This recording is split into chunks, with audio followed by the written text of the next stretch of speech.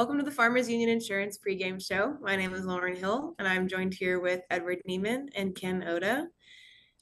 We are obviously in different here because the Tauros have traveled this weekend to Mason City, Iowa, to play the North Iowa Bulls. So, Edward, obviously, we haven't played yet, but you have been able to see their barn a little bit. Can you tell us a little bit about it? Yeah, well, great facilities here in North Iowa. Obviously, the rink is super nice here, and a building that the Toros had a lot of success in last year. And I know the returners on this team are going to look to continue that same trend. I know we're going to get into that, but definitely good to be here and good for another weekend series here with the Toros. Awesome. Yeah, right. It'll be the best view you get outside of the Mesa. I think in the division, it's a nice setup for the broadcast as well. Yeah, I've heard some good things about it being pretty. So hopefully that's the only plus that they have this weekend. But we're starting with our Farmers Union Insurance recap of last weekend. So let's look back at our weekend against St. Cloud last week. Yeah, guys, and a really nice rebound for the Toros. Obviously, Friday night 3-1 loss, but there was a lot of momentum in the second half of that game. Toros were able to carry that momentum into Saturday night, and Ken, the fans were really into it on Saturday night. An early goal. Toros never looked back and really made the Mesa a tough place to play for the Norsemen. I know they're going to be looking to continue that same trend. Toros outshoot the Norsemen in both games last weekend, and really a lot of good takeaways, especially in that Saturday night contest. Yeah, I mean, we were talking about it Friday night. Toro fans were just looking for an excuse to make some noise. Toros rectified that on Saturday, got one early, and then didn't really look back. As we mentioned, Toros get the Saturday night win 4-1 over the Norsemen, outshot St. Cloud 29-27, and then Friday night Toros fall 3-1. But we mentioned a third period goal by John Small really got the building back into it, and really got the Toros some momentum that carried into Saturday night. So the Toros, as we mentioned, a lot to build off of, and an opportunity here to do it this weekend against against North Iowa. Exactly. We kind of touched on that in our show this past week, Edward, but keeping that momentum going, obviously, from, again, that Saturday night win, moving it into North Iowa on that 9.5-hour car ride, a little longer for the boys since they stopped in practice. But hopefully that all that momentum from winning will translate into this weekend in North Iowa. But now turning our attention back to tonight's game. Let's look at our Noodles numbers brought to you by Noodles and Company of Minot. So the Minotaurs are currently standing at a 4-3-0 record, while North Iowa is at a 4-4-0 record. Head-to-head last season, we won every single game we played against them, 8-0, and they obviously, with that, they lost 0-8 against us last season. We have not yet seen them this season, so this will be a very interesting head-to-head matchup this weekend. Yeah, I mean, I don't think we can expect quite as easy of a opponent as we saw last year. You know, Lauren and I talked about it quite a bit yesterday on All Access. Just the pure domination, right? Toros outscored North Iowa 34-5 over the 8 games last year. That's just crazy numbers. Jack O'Hannison had 7 goals himself against North Iowa, whereas, as I mentioned, North Iowa only scored 5 against the Toros. So Jack O'Hannison basically swept the season series. You know, that's video game type stuff. I wouldn't expect that this year. And we're seeing a better North Iowa team, 4-4-0, like you said. They're scoring 2.75 goals a game. Big difference, though, is they're only allowing 2.75 a game. Last year, they were allowing almost 5 goals a game. So they've cut that, just about in half, or at least taken a third of the goals off that they were giving up last year. Yeah, again, and perhaps a North Iowa team coming in with a lot of momentum. You could say they've already eclipsed, I want to say, over a third of their wins of last year, and then coming off a win over Aberdeen, and what was Aberdeen's first loss of the season. So right now, I think it's going to be a North Iowa team that we know is always physical, is always ready to play, but a little momentum at their back now coming off a win against Aberdeen. And just looking at some of the Noodles numbers as well, special teams, we talk about it all the time. Toros could have an advantage here, especially with the penalty kill. Tauros penalty kills first in the division, but then you look at North Iowa ranking towards the bottom at 6th in the division. So if the Tauros can get on the extra man advantage and take advantage of that, I think the Tauros are going to be in a really good position to get on the board, especially early, and get some early momentum in the series. Yeah, and then you flip that special teams matchup. The Tauros have the best penalty kill, not just in the division, but in the league, 94.74%. Mm-hmm. On the power play, North Iowa 1 for 33, which is 0.03%, dead last in the league. So, special teams wise, Tauros should have the edge coming in, but of course, no power play is ever going to go sub 1% on the season. So you expect at a certain point to bounce back. So the Tauros need to make sure that bounce back doesn't start this weekend. Yeah, and even added to that, just the absurd amount of penalty minutes that they have compared to us. We've currently racked up about 44 penalty minutes, while they've totaled about 112, averaging about 14 penalty minutes per game, while we average about 6 per game. We touched on that yesterday in our weekend preview, me and Ken, about just that number is crazy, and the fact that they even had a player, I don't want to pronounce his or get it wrong, so I'm going to fact check it. Jackson Schouten. Yeah, Jackson Schouten totaled in one call 30 minutes of penalty time. That's yesterday that he may not be seen this weekend, especially, or maybe not Friday against the we did get word he is suspended for the whole weekend, but that 30 penalty minutes, it does skew their numbers a little bit, right? This early in the season, 30 penalty minutes, that's over a quarter of the penalty minutes they've taken overall on the season. So that initial 14-minute mark per game comes down quite a bit if you take 30 out of it. 82 penalty minutes over 8 games is basically 10 a game, right? So which is still almost double what the Tauros are taking. It's just 6.29 as the least penalized team in the division. Go us. Woo. And going on to our Minotauros Booster Club players to watch, I'm going to throw it to Ken to talk about Davin Nichols, who I think is an excellent choice for this, especially with what we've seen in past years with just how the Minotauros and North Iowa tend to play a little more rough with each other. Yeah, I mean, I think back to, whether it was a few years ago, Houston Cartman against North Iowa, or last year, Chad Muller. It seems like whenever these games get a little lopsided, North Iowa is going to be physical. They're going to have a lot of stuff after the whistle. We've seen a lot of fights. I would say over the last 3 years, a majority of the Tauros fights have come against North Iowa. Not saying Davin Nichols is going to drop the gloves, but we know he's certainly not afraid to. And I think, one of the guys who brings size would be a guy to keep an eye on this weekend. Not that the smaller guys can't go, but North Iowa always seems to have some bigger bodies. So I think Davin Nichols against a physical team, going to the front of the net, doing the hard work, is a guy to keep an eye on. And yeah. Yeah, Ken, I think that's an excellent choice as well. We always talk about the speed of the Tauros team, but Davin Nichols is the one guy that I think can really show that advantage, at least in the physical department for the Tauros. As for me, I don't know if it's cheating or not. You can tell me, but I'm taking Jack O'Hannison. You mentioned earlier, Ken, 7 goals, I should say, against his North Iowa team last year. 5 assists as well to go with that, yeah. 5 assists, so really effective all over the ice against his North Iowa team. But I think one thing that I want to draw us towards is the fact that he's got 1 goal and 8 assists on the year so far. So not exactly picking up a ton of goals early in the season, although we saw last weekend in St. Cloud, he hit the post numerous times, both Friday and Saturday night. He's going to come into a building where he's very comfortable in putting the puck in the back of the net. And you look at the season just as a whole, I think this is one of those weekends that could be a launching point for O'Hannison in terms of getting on the board and getting goals in the back, or getting pucks in the back of the net.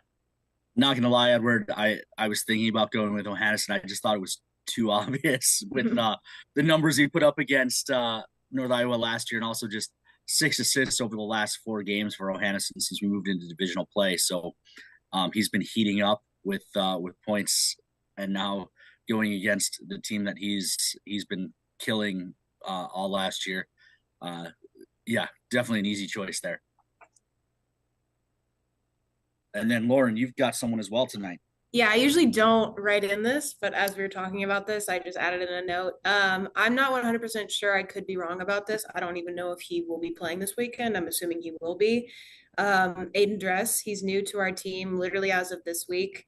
And he came from Amarillo, and he's already scored 3 goals this season. Me and Edward had the joy of being able to interview him earlier this week, which you may or may not be seeing clips of that this week or next week, just depending. And he's very excited to be here. He's very excited to keep that momentum up of what he was already doing and then bringing it here. He has all positive things to say about this team. He's more excited to be here than he figured he would be. He said that the play style is very up to what he wants to be doing and all this. So I can see him continuing that 3 goal streak that he had in Amarillo and just continuing it here. And I think he'll just be an exciting person to watch just in general. Obviously, because one, he is new, and two, he brings already potential success from a previous team to this team.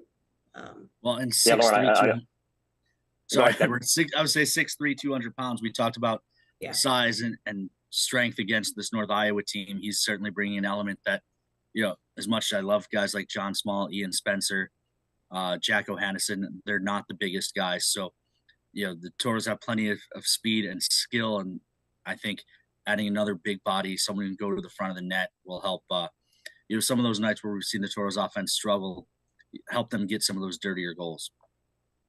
Yeah, that's exactly where I was going with that, Kenny. He's a bigger body, but a guy who's also not afraid to put the puck on net. Through 22 games last year with Rockland, over a point per game average, 24 total points on the season. So a really nice medley, I think, in terms of size, but also in play style of not being afraid to put pucks on net and get in front of the net, make an impact. I agree. I'm glad y'all like my pick. Good. All right. Moving on to the keys to the game, brought to you by Home Key Group. Ken, what are your keys to tonight's game? 3 keys for tonight's game. I think the first one is the penalty kill, right? You look at the numbers. I talked about it during Noodle's numbers. North Iowa 1 for 33. The Tauros have had a ton of success, 34 goals in 8 games last year against these guys.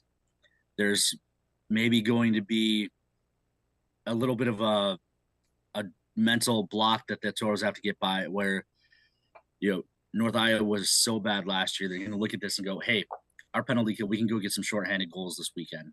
And yeah, the numbers say the North Iowa's power play is not very good, but I think a key to keeping that power play down is to play a quieter penalty kill where you're not worried about trying to get offense. Just take the 2 minutes, get pucks, fire them the length of the ice, get your change, and if a chance is there, sure, take it, but don't go out looking for shorthanded chances. My second key to the game is to stay above the fray. Again, when games aren't going North Iowa's way, they like to get physical. They like to try and get you off your game outside of the whistles. Tauros need to skate away from that. We don't want to see, we saw last year plenty of suspensions come out of weekends where the Tauros played North Iowa. You don't want that. You've got first place undefeated Bismarck coming to Minot next week. You don't want to do something in these 2 games that's going to take a key player out of the lineup against Bismarck next week. And then my final key, stay in the now. That is, and to that I mean, North Iowa was very, very bad last year. There's no way to sugarcoat it. I'm not trying to pick on them. You look at all the statistics, the Tauros need to wipe that from their mind, right? The 11 guys who are back from last year need to look at this. This is a 4-4-0 team that we're taking on this weekend. It's not going to be 34-5 over 8 games this year. It's just, most likely not going to be. If it is, great, but realistically, they need to wipe last year out of their mind and not look at it this weekend like it's going to be point night to night, and that they don't have to play defensively responsibly. They don't have to do the little things, because A, theirs is a better team. If you get away from doing the responsible thing, they can beat you. And B, we saw it at times last year. You would play North Iowa, you develop some bad habits, and then that next game, the next week, you'd spend the first period trying to get out of those bad habits. So you know, forget about last year and remember that you're taking on a good hockey team tonight.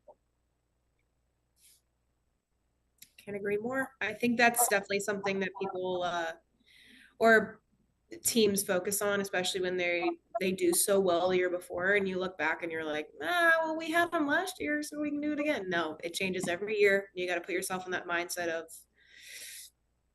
no one is better than me, and I need to prove that again, that we are good again.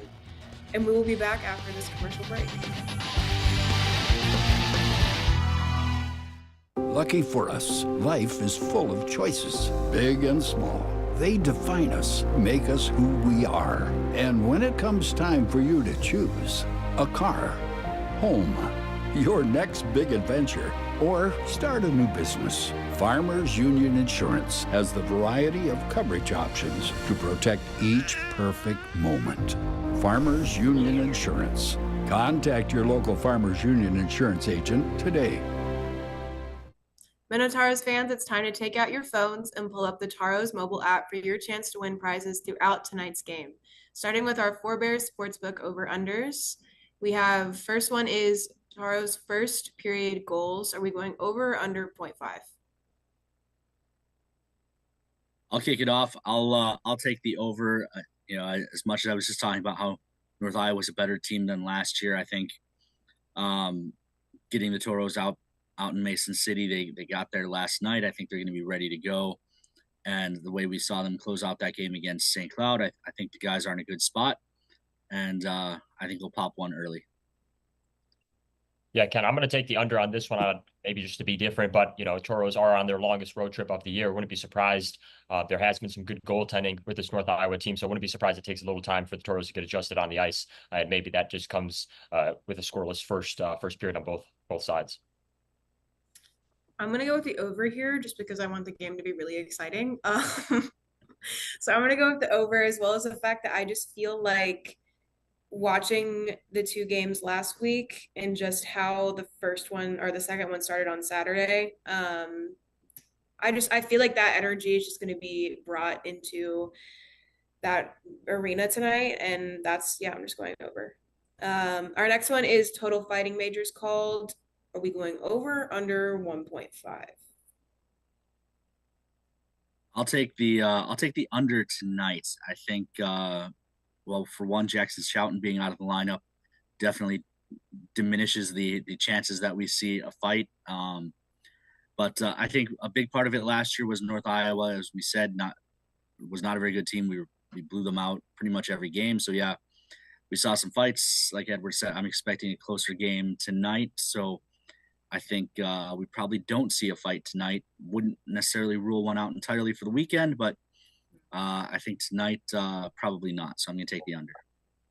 I'll take the over on this one. I just think, knowing the history of these two teams, coupled with the play style of North Iowa being a physical team, I think we'll see a couple of those and just that trend continue into this year from last year.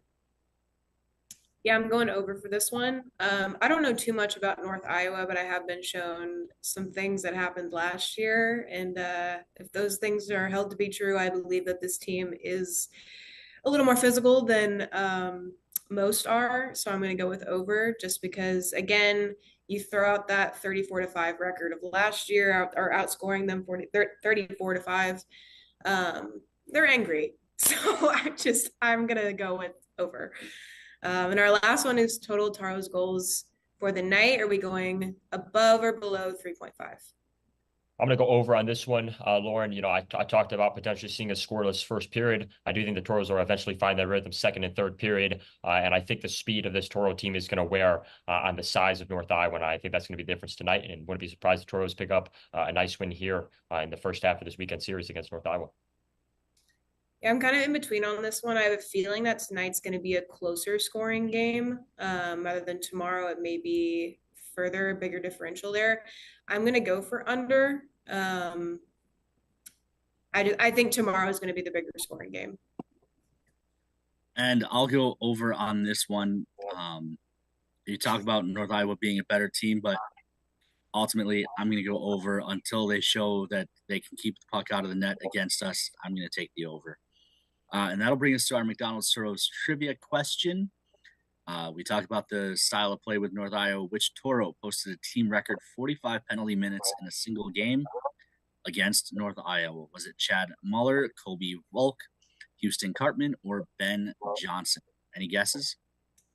I want to go first for this I have heard a couple of these names been spoken in the office. As y'all know, I'm not too versed in the past of this team in hockey and whatnot, so I do not know the answer to this, but I've heard the name Chad Muller and Houston Cartman. I'm gonna go with Cartman. That seems like somebody that would get in a tussle. So I'm going with that.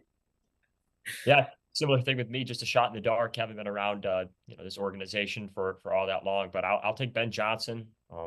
Just I guess, as a lucky guess.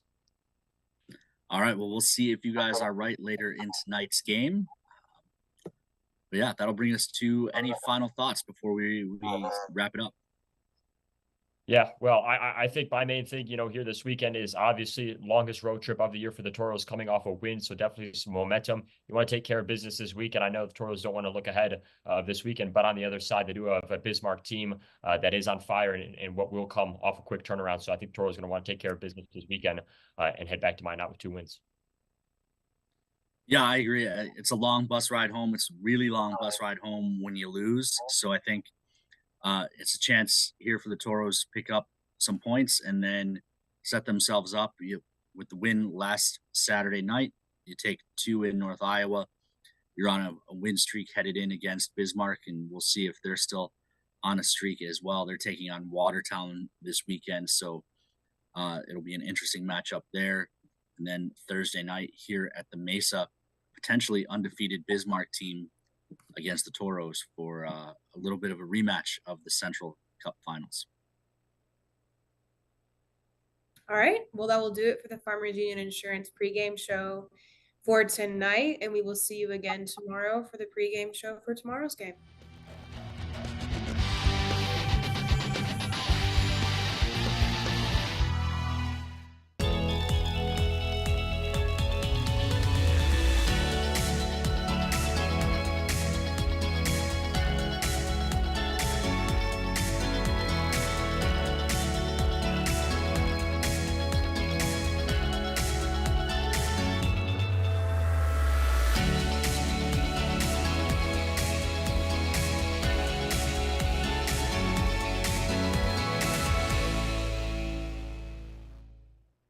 Circle Sanitation is a locally owned family business providing quality waste hauling services since 1980.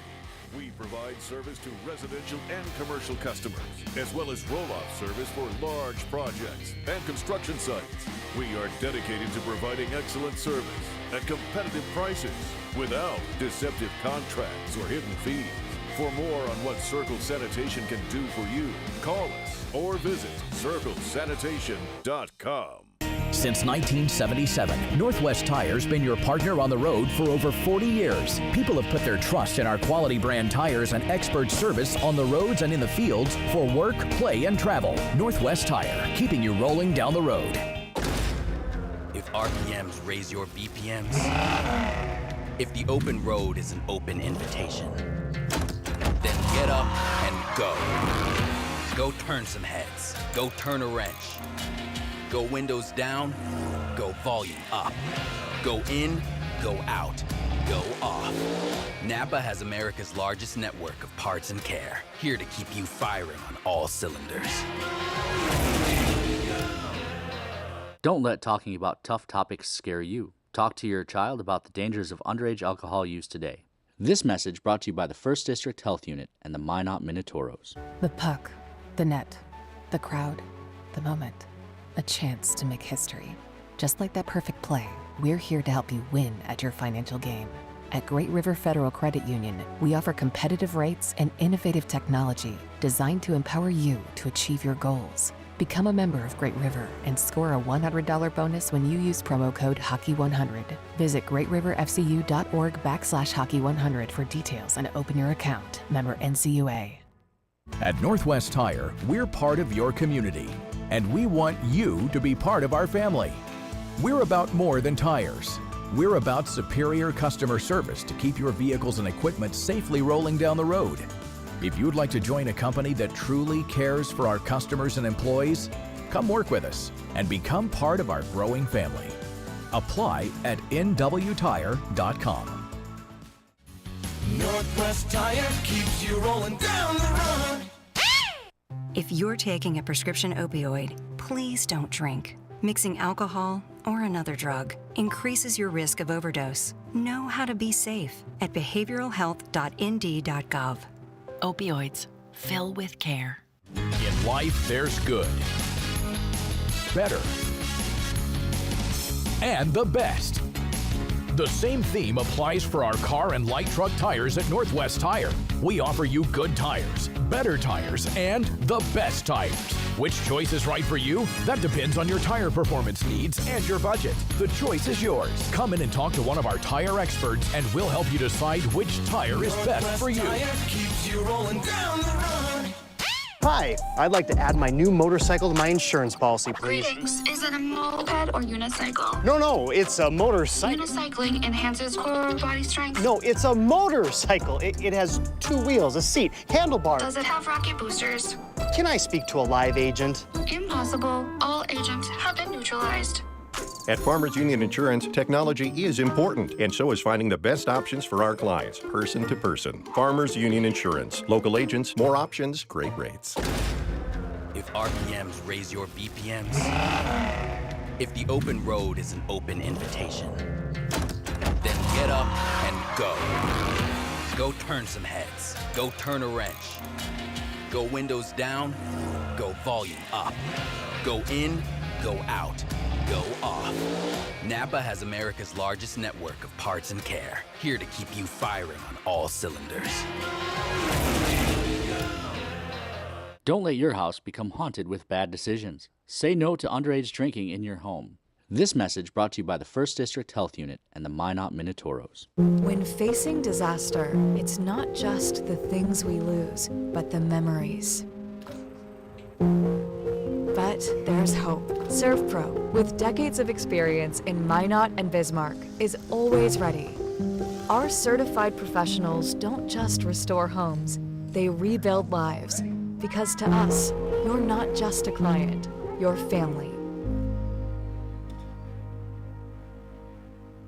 We often think of frontiers as pages in a history book, a time gone by. But even in this modern world, there are new frontiers to conquer. Whether you're tending the land to grow a better tomorrow or growing a business for new opportunities, the work you do powers the world. Exploring the frontier means stepping forward, shaping the future for yourself and for those around you. First International Bank and Trust, helping you live first, one step at a time.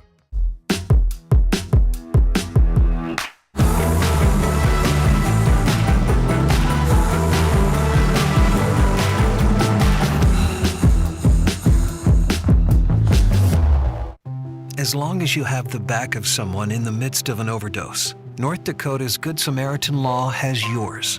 Learn how to save a life at behavioralhealth.nd.gov. Opioids. Fill with care.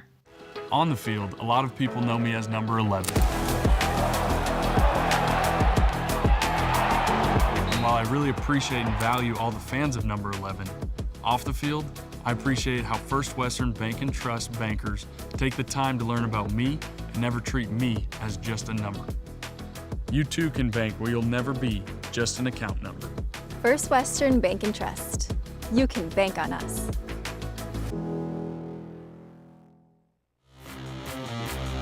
And the horn sounds. Tauros, our Central Division champions. Drives in. Ian Spencer.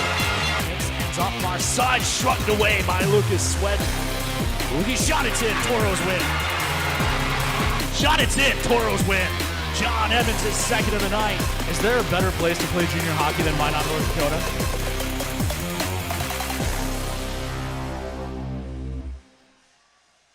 Mason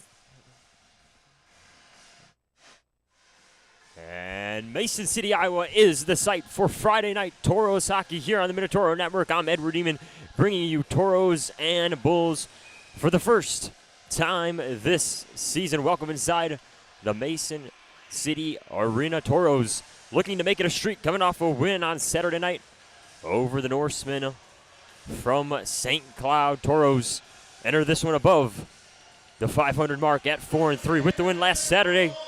Bulls coming off a win of their own over Aberdeen last Saturday. Puck is down and away we go. Tauros control off the draw. This one is tipped deep into the North Iowa zone. They're back retrieving James with a shot from the far side. Blue line, he fans on that one. Bulls take it away.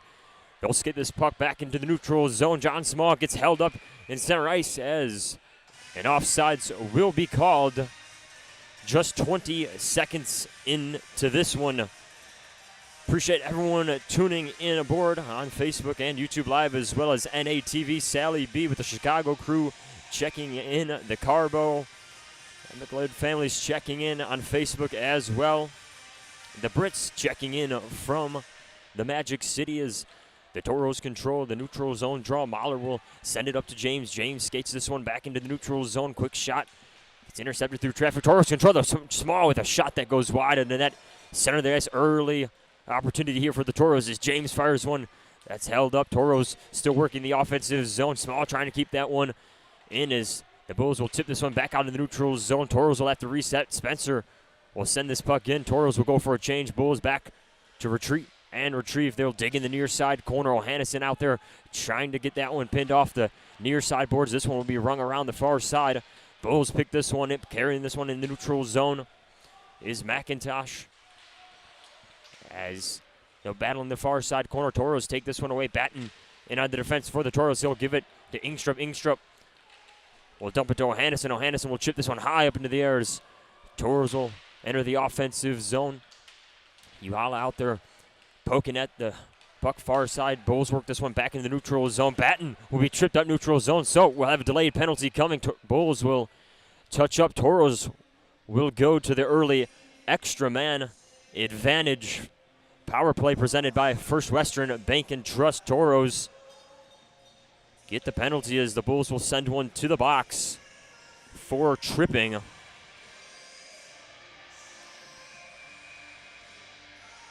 So with that, offensive zone draw will come. This one to the right of Kyle Osgun, who gets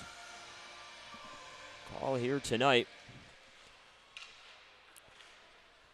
Uhala wins the draw, gives it to James Spencer from the near side point. This one tipped through traffic. Uhala was in front of the net, cover and held for a whistle.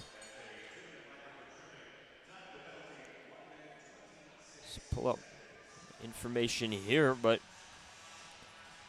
take a look at our SRT starting lines for tonight. Lucas Fredin gets the call in the net, third game in a row. Good performance last weekend for the second-year Toro netminder. Uhala back on the draw. This one is won by the Bulls. Bulls will clear this one deep into the Toro defensive zone. Tauros will be back behind the net to reset. As they'll carry this one back into the neutral zone. O'Hannison gets the puck near side. O'Hannison skating in on net. Fires one. That one is going to be called good for a goal. That one beats Osgun to the top left corner. Tauros on the board early. They cash in on the power play. It's Jack O'Hannison, his second of the year. Tauros lead 1-0.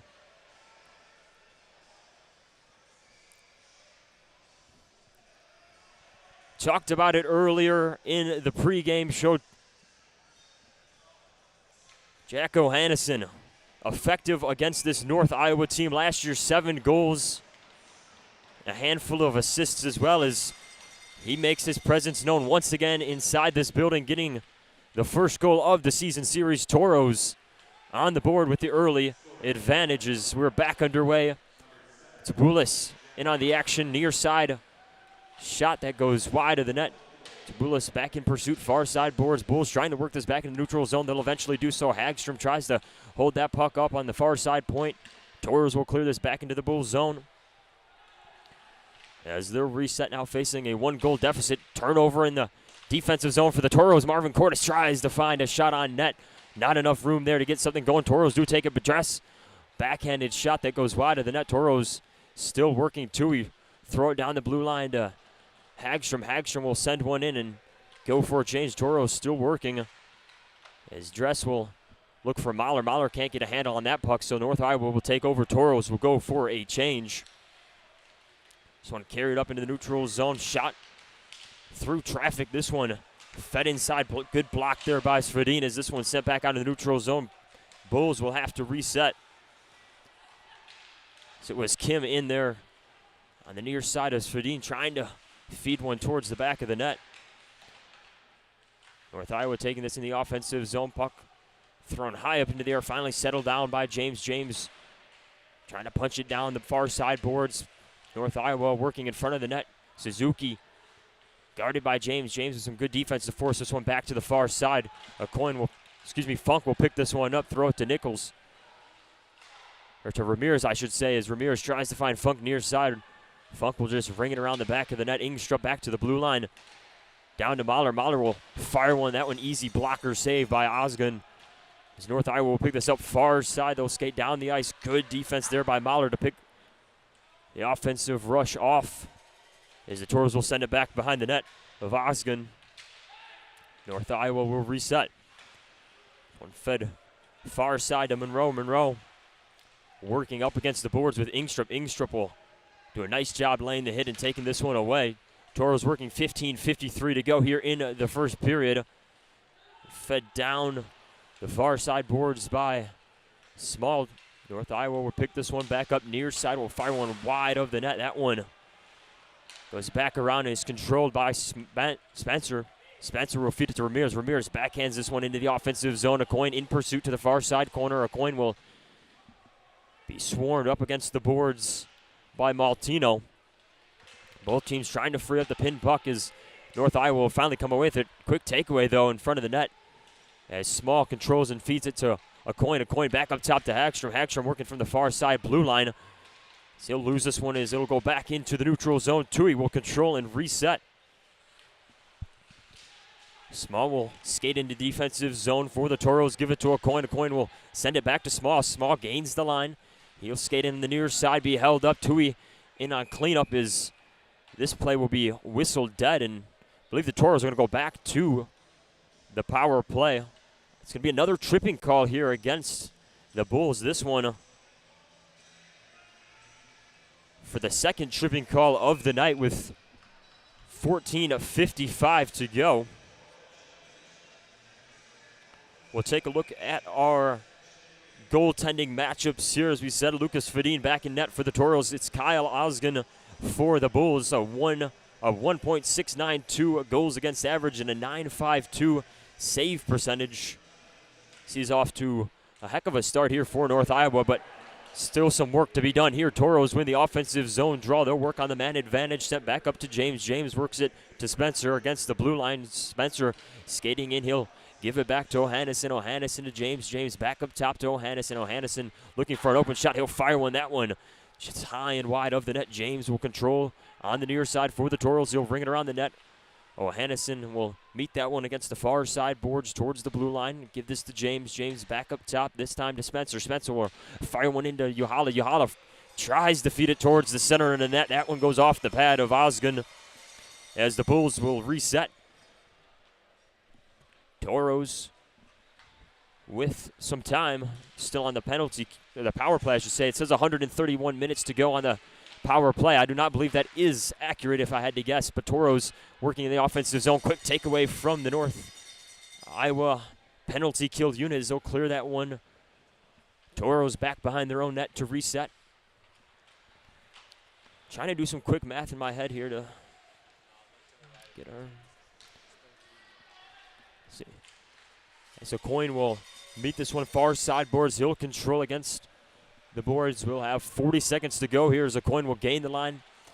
Send this to Hagstrom. Hagstrom back down to Funk. Funk up top to Coyne. Coyne skating and fires one. That one off Osgun.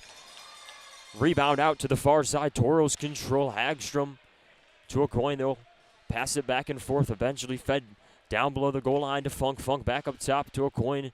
Eventually to Hagstrom. Hagstrom looking for Mahler. That one just outside of the outstretched stick. His dress will clean it up. Mahler fires one on net. His rebound off Osgon's pad. Osgon's way out of the net, still looking for the puck. It'll eventually squirt down to Funk. Funk tries to control the Bulls clear. Tauros controlling the neutral zone, but the Bulls will come full strength. So we're back to 5-on-5 action here. So we'll get a whistle. Get another look at the best scoring chance there for the Tauros. Is there served two early extra man opportunities here. 1 for 2 so far, 50%. Tauros on the season has been fairly effective. 4th in the division on the power play unit. Offensive zone draw for the Tauros. Back 5-on-5. Gibbs will throw it in from the blue line. Yahala cleans it up in the near side corner. Yahala finds Ohannesson. Ohannesson held up against the boards. He'll leave it for Yahala. Yahala centering past her to Ohannesson. Ohannesson working against a lot of Bulls defenses. The Bulls will take this one away. It's Monroe skating in the neutral zone. He'll clear this back into the Toro defensive zone. Toros back behind their own net. Quick takeaway by the Bulls, looking for Miller in front of the net was Klauscher. Klauscher, quick shot off the pad of Svedin. As Toros will carry this one back out in the neutral zone. Batten will skate in and briefly then peel away as he'll go for a change. Toros get some fresh legs back on the ice as this one's worked far side boards. Shot on net by Perot. His puck's bounced high up into the air, eventually settled down there by North Iowa as Osgon was looking for that one. Didn't have a clean eye on that one as the Toros will go back for another change. Bulls work this back on the neutral zone. 11:48 to go here. James will carry this across the blue line. A coin. Field the passes. He'll feed into the corner to Small. Small gets a hit laid on him, so he falls to the ice and loses possession. Spencer, though, with a nice takeaway to Small. Small trying to settle that one down. Looking back for a coin in the center of the ice. Bulls take it away. An opportunity here if they hurry. Good defense there by Ty James to break that one up. Miller trying to clean up the lost handle there as a quick shot on net. Goes off the blocker of Svedin. So we just about arrive at the halfway mark of the first period. Toros still with the 1-0 leads. Perot and Small working against the far side boards. Perot will eventually get the puck freed up and carried it in the neutral zone. Perot across the line, a long-range shot that goes wide of the net. Bulls in the near side corner, they'll work this one free as it's sent to the far side. So we carried up into the neutral zone and eventually cleared by Monroe. Tui back for the Toros. Both teams will battle up against the boards. 2-on-2 battle near side. Puck will be freed up and controlled by Marvin Cordes. Marvin Cordes was looking for Dress. Cross ice in the neutral zone. Couldn't get a handle on that one. Bulls will briefly control and send this one the distance for an icing. Icings are brought to you by Minot's Finest Collision Center. Get to some more check-ins here on socials. Friday night action here in Mason City. The Bartels watching from Phoenix. West checking in from Houston. The Hyatts checking in from Fort Hyatt. The Sandys checking in from Fargo. Birthday weekend in the Sandy household. As the Toros will control the offensive zone draw. They'll send this one back behind the Bulls net. Bulls free this one up and work it back into the neutral zone. Puck shoveled high up into the air as Mahler controls it behind the Toro net. Mahler's taken down by Weirin. Weirin, one of the point leaders coming into tonight's game for the Bulls. Marvin Cordes picks this one up in the offensive zone, skates near side. He'll lose the handle on it. Bulls pick this one up. It's McIntosh working from behind the North Iowa net as they'll chop this one along the near side boards. Weirin could not get a handle on it, so the puck will trickle behind the net of Svedin. Bulls with a quick turnover. Couldn't keep that one in, though. Dress will take this one away as he tries to work it near ice to Funk. Funk will skate into the Toros' offensive zone. We'll get a whistle here with 9:21 to go in the first period of play. As I believe the Toros are going to go to the penalty kill for the first time tonight. It's going to be Funk taken to the box. He'll go to the box for tripping.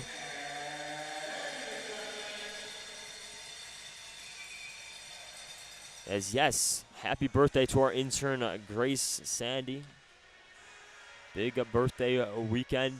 So, Tauros shorthanded for the first time tonight. Tauros penalty kill effective here so far for the Tauros. They rank first in the division, I believe second in the league now. As the Tauros get an early clear off the defensive zone draw. Spencer in on the defense. He'll feed it to Small. Small with a quick shot on net. That one gloved. And save made by Osgood as he'll drop it back behind the Bulls net. Bulls will reset. Tauros with some nice pressure there on the shorthanded rush there as the Bulls will work this back into the offensive zone. As quick shot on net is gloved and held for a whistle by Svedin. 1:28 remains on the penalty kill for the Tauros. So we're getting another look at there. Spencer was the good pressure behind the net of Kyle Osgood. Takes that puck away, and an opportunity there for John Small. John Small got a goal last weekend.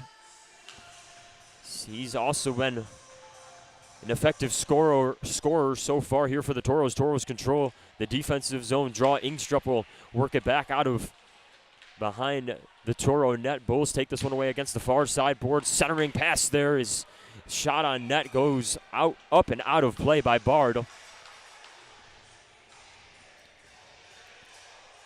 As well, speaking of John Small, we'll take a look at our player heating up. It's John Small, 5 goals and 2 assists, 7 points over 7 of these last games. He begins to ease into form, one of the returners this year for the Tauros. Last year, 59 games played, 9 goals and 23 assists. Tauros will win the draw to Svedin's left side and clear this puck back out of neutral zone, eventually behind the net of the Bulls. Bulls will be back to retreat and retrieve. A minute remaining on the extra man advantage for North Iowa. Worked in the offensive zone, taken away by the Tauros for another clear. Tauros will go for a change. Small will be out there with Spencer, James, and Hagstrom on the penalty kill unit. North Iowa will start back up ice, feeds this one into the neutral zone. Hodas will take this one into the offensive zone across the blue line near side. He'll leave it for Weirin. Weirin rings it around the Toro net. Tauros pressuring in the far side corner. Suzuki in there behind the Toro net as he'll work this free from the boards. Centering pass there is gloved and held. Shot on net there by Severson. Jack Severson, the point leader for the Bulls so far this year. He's got 2 goals and 7 assists. So the Tauros will have 16 seconds to kill off the Papa John's PK here. Draw coming to Svedin's left side. A Small in on the draw for the Tauros. Suzuki will be thrown out of the faceoff, so in comes Severson. Tie up off the draw will be worked free for the Bulls. Sent back around the net. Severson will meet that one and send it to Oshie. Is rung back around to Weirin. Weirin back up top. One-timer from the blue line gets chopped in through traffic. Tauros are going to come full strength. James carries this back far side and to the neutral zone. Tauros back on the 5-on-5 as James will go back behind the North Iowa net. Centering shot for Ohannison that was fed back behind the net of Osgood to Ohannison. Ohannison still working as he can't quite keep that one in the offensive zone. Tauros back out of neutral. Ohannison takes it back across the blue line. Tauros looking for something here as they'll feed it to Spencer. Spencer works from the far side corner. Tries to find Gibbs. Gibbs couldn't meet that one at the blue line, so Tauros will have to reset. Ohannison in the near side. Long pass from Sardine to Hannison. Got that back in the offensive zone. Bulls will send this one the distance for a whistle and an icing. Icings are brought to you by Minot's Finest Collision Center. 6:31 to go here in the first period. Tauros maintain a 1-0 lead. That goal coming just a minute and 54 seconds into this one, courtesy of Jacko Hannison, as he continues to find success against this North Iowa team. Offensive zone draw coming for the Tauros. Uhala is out there. Draw comes to the left side of Osgun. Shot gets tipped from Mahler. Mahler was looking for something from the blue line. Tauros still working. Uhala will feed it to O'Hannison. O'Hannison was looking for somebody back up top. Nobody was home for the Tauros. Tauros will go back deep into their own zone. It's North Iowa with a nice neutral zone take with Tauros, though. We'll get this one right back. James will fire this one as it'll hit a player on the North Iowa bench, so we'll get a whistle. Draw will come back out in the neutral zone. Tauros 4-3 following the win on Saturday night. That's good for 6th in the division. Tauros 3-1 so far, though, against their divisional opponents. That sweep a couple weeks back against Austin, and then a series split against the Norsemen last weekend at the Mesa. Neutral zone draw is won by North Iowa. They'll feed this puck along the boards. Good job there by Hagstrom to break this one up. He'll shovel it into the Bulls zone. Bulls will work back as Tui will take this one away near side. Will feed it behind the Bulls net. Bulls once again with a takeaway, though, as this will be thrown back in the neutral zone. Tauros will have to peel back. Marvin Cordish tries to feed it along the far side boards. North Iowa with a takeaway here is Deemer. Works into the near side corner. Tauros take this one away. Marvin Cordish sends it cross ice to Dress. Dress gains the line into the offensive zone, looking for Tabulis. Tabulis' pass was taken away there by some good North Iowa defense. North Iowa skating back into the offensive zone. So be forced to go back around the net. That's Cooper Conway, as the puck will eventually find its way on net and be covered and held by Svedina.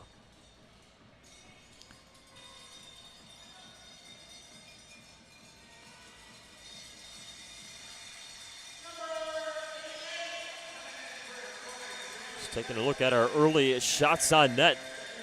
Tauros with a big advantage here through 15 minutes of play so far. Out shooting the Bulls at 9-5.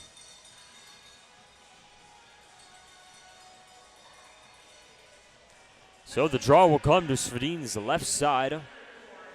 Small out there with Ingstrup. Spencer and Mahler. Tauros win the draw. Spencer will carry this into the neutral zone. He's just forced to chip this one in.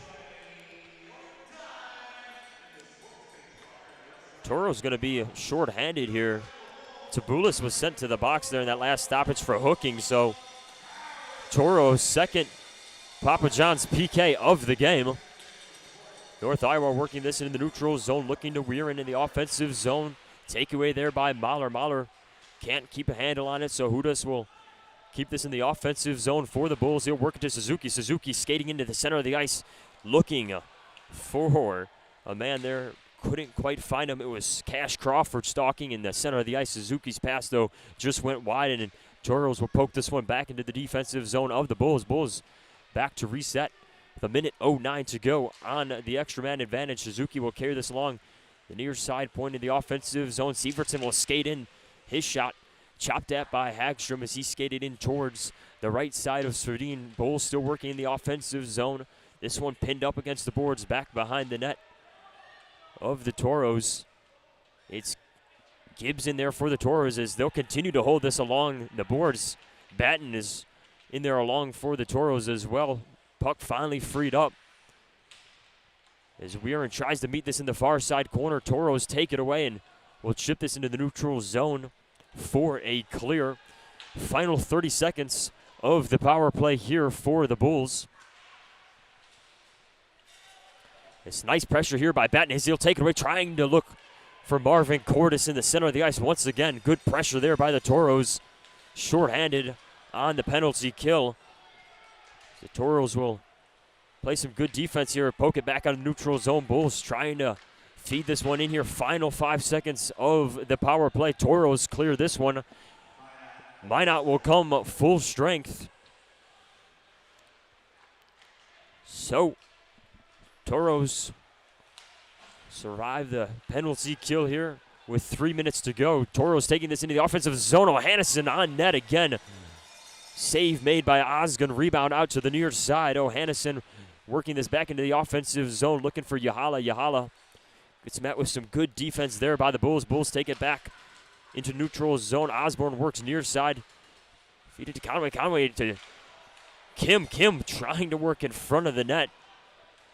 His shot just goes wide of the net. Toros take this one back over. Near side is O'Hannesson. O'Hannesson chips it high into the air. This one blocker down by Osgun. The Bulls will corral this one and rework it back out of the neutral zone. Toros take it away along the near side boards. Yahala will chip it in as the Toros will get some fresh legs out on the ice. 2:10 to go in the first period of play.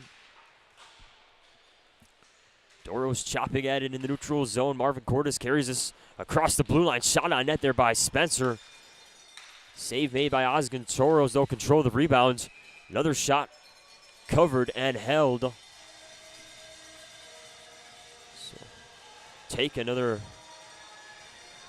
look at the scoring opportunity here for the Toros.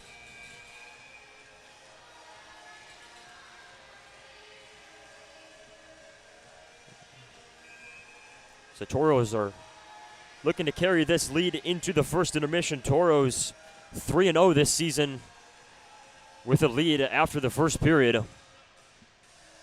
Draw will come to Osgun's right side. Small out on the draw for the Toros. Toros control. Marvin Cordes work through traffic. As they'll fire one on net. Spencer hammers home the rebound to give the Toros a 2-0 lead over the Bulls. Ian Spencer will find the back of the net, his second on the year, as the Toros will take the 2-0 lead. So the Toros win that draw in the offensive zone and cash in off a rebound. Marvin Cordes was the initial man to work it towards the net, and Ian Spencer the one to hammer it home. So with 1:44 to go in the first period, the Toros are up by 2. We're back underway here. Bulls working out of their own defensive zone, carrying this one across the blue line. As Toros will take this one back over. Nichols looks cross-ice to Ramirez. Ramirez fans on the initial shot. He'll gather it and send it back behind the Bulls' net as they'll control and work this back out in the neutral zone. Kim will just chip this one in. Svadin out of his net. He's forced just to send this to the far side to Ramirez. Ramirez looking for Mahler as Ramirez will get the pass fed back to him along the far side boards. He'll skate in behind the net. Bulls take it away. O'Hannesson still working along the near side. Briefly keeps this one in, but Bulls will be back to reset. Final minute of play here. Brought to you by Northern Plains Equipment. Toros with a takeaway here. Yahala fires one on net. That one gloved and held for a whistle. Trying to fix our score here. As Toros will get another offensive zone draw.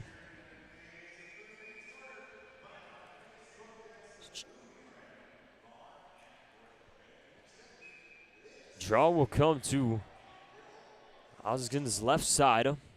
Yahala out there for the Toros in on the draw. He's joined by O'Hannesson as Toros will control the draw for a moment. Bulls with the takeaway. This one tipped back out in the neutral zone. Toros control. Bulls try to carry it across. The blue line will be called for an offsides. Offsides presented by Affinity First Federal Credit Union. Just under 30 seconds to go here. Draw coming back out in the neutral zone. Shots on net in favor of the Toros, 16-7. Tauros successfully killed 2 penalties so far in this first period as Tauros will work this back up the ice. O'Hannison into the offensive zone for the Tauros. He's held up along the near side boards. Batten will gather for the Tauros. O'Hannison on the one-timers. Hagstrom will fire one long range from the blue line that's gloved and held with 8.5 seconds to go.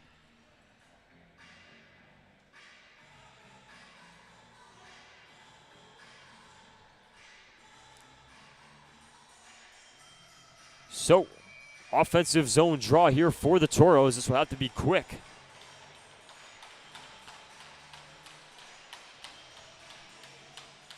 Suhala's back in on the draw to Osgun's right side.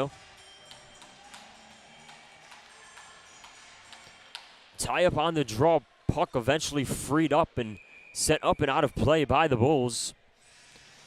So we'll get another whistle here. 4 seconds tick off the clock.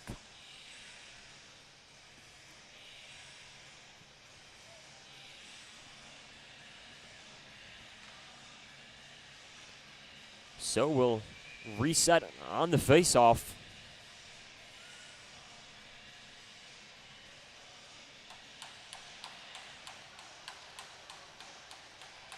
So we will finally drop the puck here. They'll tie up and Batten hacks this towards the net. Horn sounds. That's the first period. Tauros lead the Bulls after one, 2-0 inside Mason City Arena as the Tauros look to make it a streak coming off a win last weekend, looking for more here against North Iowa. So with that, we'll send it to a break, and on the other side, we'll have the Four Bears intermission report here on the Minotauro Network.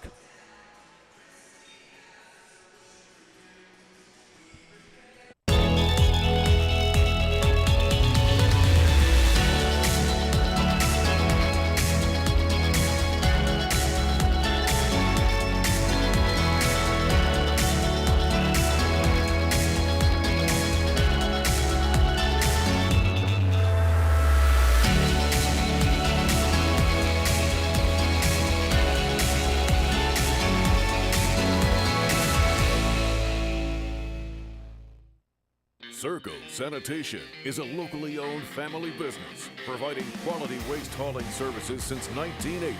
We provide service to residential and commercial customers, as well as roll-off service for large projects and construction sites. We are dedicated to providing excellent service at competitive prices without deceptive contracts or hidden fees. For more on what Circle Sanitation can do for you, call us or visit circlesanitation.com. Since 1977, Northwest Tire's been your partner on the road for over 40 years. People have put their trust in our quality brand tires and expert service on the roads and in the fields for work, play, and travel. Northwest Tire, keeping you rolling down the road. If RPMs raise your BPMs, if the open road is an open invitation, then get up and go. Go turn some heads. Go turn a wrench. Go windows down, go volume up. Go in, go out, go off. Napa has America's largest network of parts and care, here to keep you firing on all cylinders. Don't let talking about tough topics scare you. Talk to your child about the dangers of underage alcohol use today. This message brought to you by the 1st District Health Unit and the Minot Minotauros. The puck, the net, the crowd, the moment. A chance to make history. Just like that perfect play, we're here to help you win at your financial game. At Great River Federal Credit Union, we offer competitive rates and innovative technology designed to empower you to achieve your goals. Become a member of Great River and score a $100 bonus when you use promo code HOCKEY100. Visit greatriverfcu.org/hockey100 for details and open your account. Member NCUA. At Northwest Tire, we're part of your community, and we want you to be part of our family. We're about more than tires. We're about superior customer service to keep your vehicles and equipment safely rolling down the road. If you'd like to join a company that truly cares for our customers and employees, come work with us and become part of our growing family. Apply at nwtire.com. Northwest Tire keeps you rolling down the road. If you're taking a prescription opioid, please don't drink. Mixing alcohol or another drug increases your risk of overdose. Know how to be safe at behavioralhealth.nd.gov. Opioids. Fill with care. In life, there's good, better, and the best. The same theme applies for our car and light truck tires at Northwest Tire. We offer you good tires, better tires, and the best tires. Which choice is right for you? That depends on your tire performance needs and your budget. The choice is yours. Come in and talk to one of our tire experts and we'll help you decide which tire is best for you. Northwest Tire keeps you rolling down the road. Lucky for us, life is full of choices, big and small. They define us, make us who we are. And when it comes time for you to choose a car, home, your next big adventure, or start a new business, Farmers Union Insurance has the variety of coverage options to protect each perfect moment. Farmers Union Insurance. Contact your local Farmers Union Insurance agent today. When facing disaster, it's not just the things we lose, but the memories. But there's hope. ServPro, with decades of experience in Minot and Bismarck, is always ready. Our certified professionals don't just restore homes, they rebuild lives. Because to us, you're not just a client, you're family.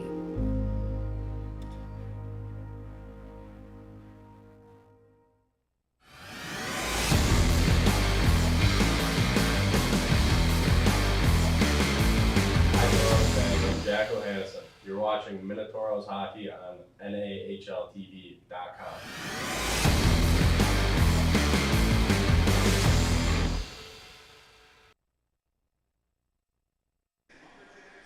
And welcome back to the Four Bears Intermission Report here on the Minotauro Network. Tauros up 2-0 over the Bulls through the first period of play. Tauros get on the board early as they added another before the period ends. They'll take the lead into the break. Looking at our goal scoring recap, it was Jack O'Hannison getting the scoring started for the Tauros. This one making it his second of the year as the Tauros took the 1-0 advantage just a minute and 54 seconds into the first period.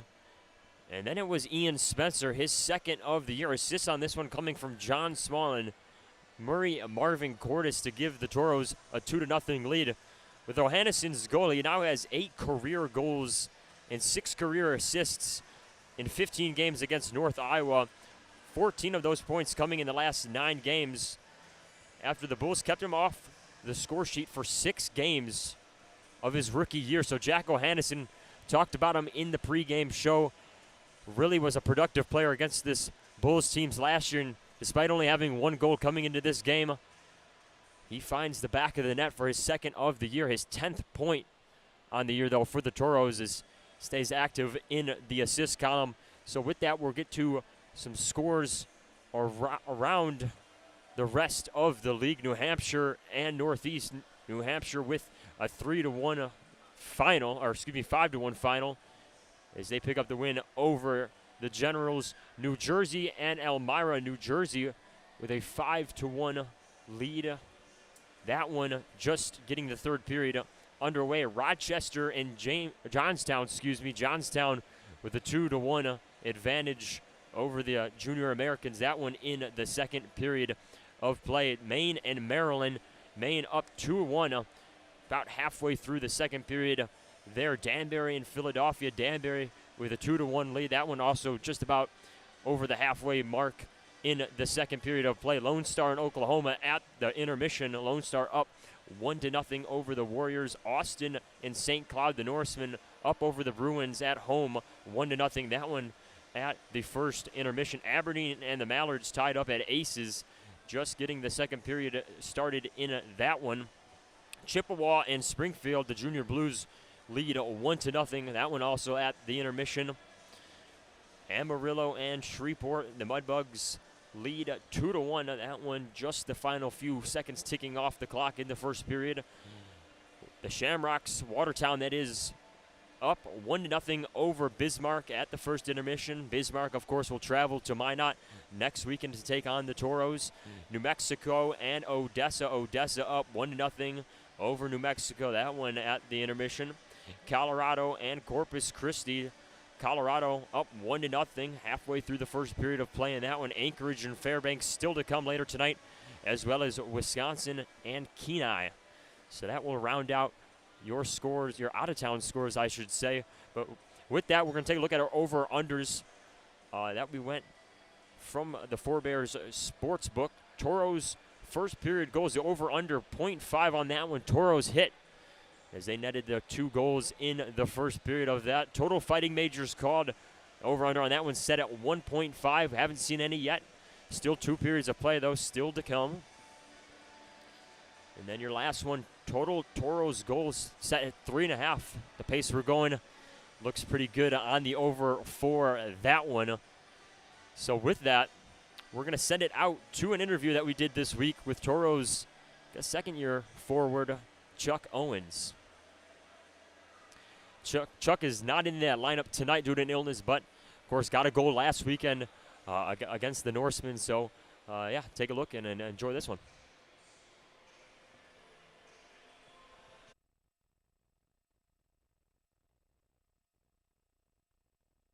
Hello, Tour fans, and welcome back. Today, we're joined by Chuck Owens. Chuck, thank you for joining us. Chuck was one of our guys who had a big weekend last weekend, getting a goal against the St. Cloud Norsemen home opening weekend. How did that feel? Felt great. It was good to see the fans on their feet, and I'm excited to keep on the momentum. Talk about how it is being back here at the Mesa Arena. You guys had 2 weeks on the road. You finally get back in front of the home fans. Obviously, you had some time last year playing in front of these fans. How is it to be back in front of those fans? It feels great. Great atmosphere, and there's nothing more you can ask for from a fan base. So it's really good to see the commitment from the fans and just bringing it every night and bringing their energy. And, you know, for the Toro fans that don't know, can you just kind of walk us through your journey, your hockey journey up here to Minot, how you got here, and maybe some playing experience that you had prior to playing with the Toros? Mm-hmm. Yeah, so I played youth hockey in Minnesota.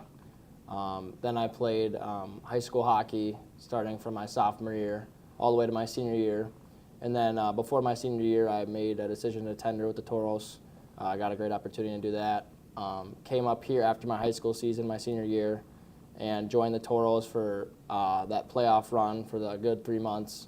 Learned a lot, learned about the city. So then now when I came here for my first official year, I kind of know what it's like, and I feel more comfortable being here, and I've just loved it. So.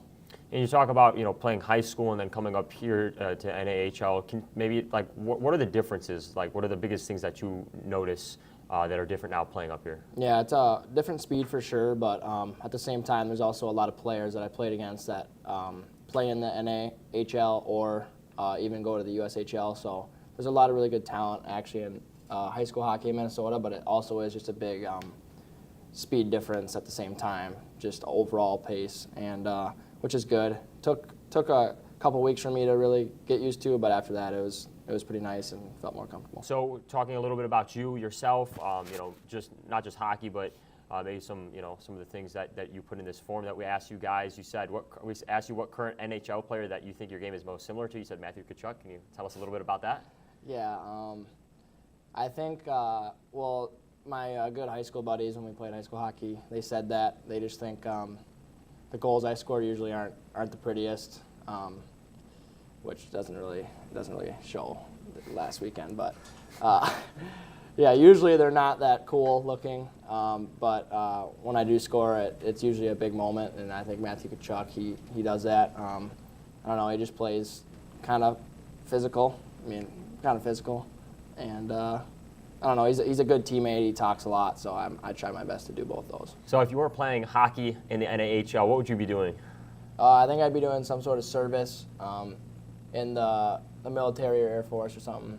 My dad was ex-military, so I'd do something like that. Or I'd probably be doing construction or working on cars or some sort of manual labor, just no school really needed, just something like that. And then circling back, just to kind of close out last couple of questions here, you're playing hockey with the Tauros. On game day, is there any superstitions or routines that you have before getting on the ice? I like to, recently I've started the new tradition where after we do our team warm-up, I come up here, I do a hot lap, and if I see any fans, I say hi to the fans. I just try to get connected to the fan base a little bit more. I just wanted to let them know that I'm here for more than just hockey. I'm not just a hockey player, I'm more than that. And after that, just keep sipping on my coffee that I get before every game. Iced vanilla, white mocha, caribou, hits every time. And yep, that's basically it. I'm not really that superstitious. I just try to keep the same routine to keep me in the same good mindset. And then looking forward to the rest of the regular season, the rest of the season in general. What are some of the things that you're looking forward to, and what are you most excited to take part of with this team? I'm excited just to make memories with the guys and just really put myself out there and really be open to new opportunities and also making memories and just also taking care of our business on the ice. Just focusing on every game and trying to really trying to up from last year, honestly. Awesome. Well, thank you for joining us, Chuck. Yeah, Toro thank you. fans, you can catch Chuck at the next Toro game. You can tune in on NATV or listen to live audio on Facebook and YouTube.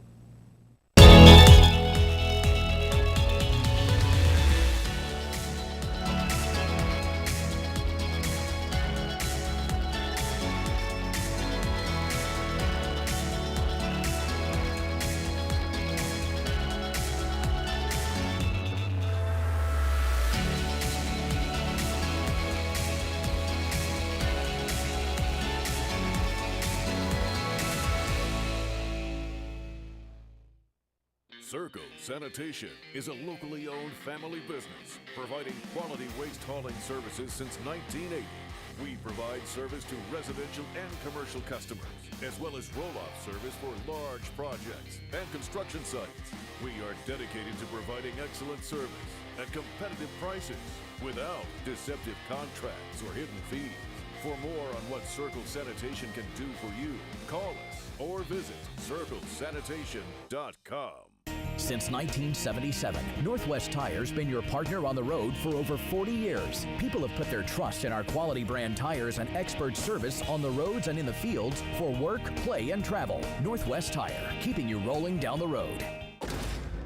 If RPMs raise your BPMs, if the open road is an open invitation, then get up and go. Go turn some heads. Go turn a wrench. Go windows down, go volume up. Go in, go out, go off. Napa has America's largest network of parts and care, here to keep you firing on all cylinders. Don't let talking about tough topics scare you. Talk to your child about the dangers of underage alcohol use today. This message brought to you by the 1st District Health Unit and the Minot Minotaur. Our history sets us on our path. From the moment we're born, we begin our walk through life. We learn so we can discover.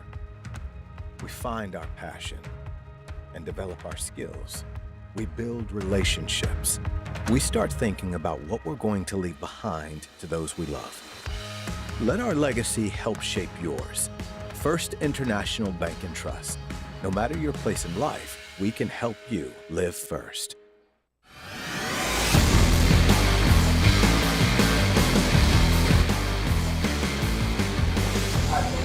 I'm Ian Spencer. You're watching Minotauros Hockey on NAHLTV.com.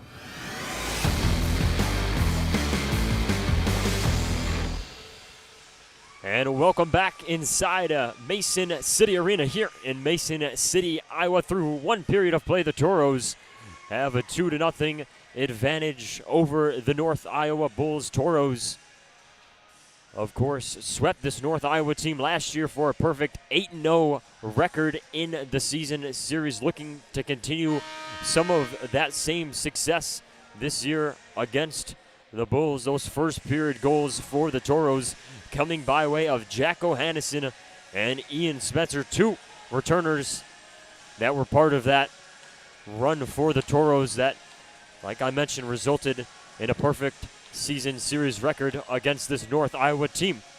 So, Second period action here as the Tauros make their first trip inside this barn for the year. Small will be out there against Hodas on the draw.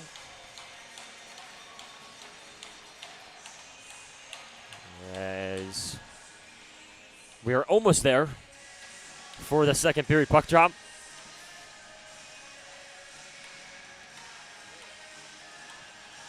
And here we go.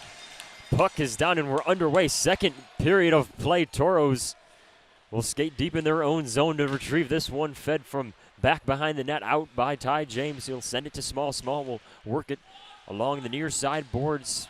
Bulls control this one in the neutral zone. As they'll send this one back in behind the Toro net was Cash Crawford in the neutral zone. A centering pass there as Miller tried to pick that one off. Toros work it up the ice in the neutral zone. Spencer was trying to find someone along the far side. Nobody was home there. Toros, though, still battling up against the boards. It's a Coin and Small in on the action for the Toros. Puck freed up, sent to Mahler. Mahler sends one as it hits Spencer through traffic. Spencer trying to feed it towards the net. Spencer controls, gives it to Small. Small back to a Coin. A Coin hits the back of the net. Ben Acoina will give the Tauros a 3-0 lead. His first goal of the year for the Tauros.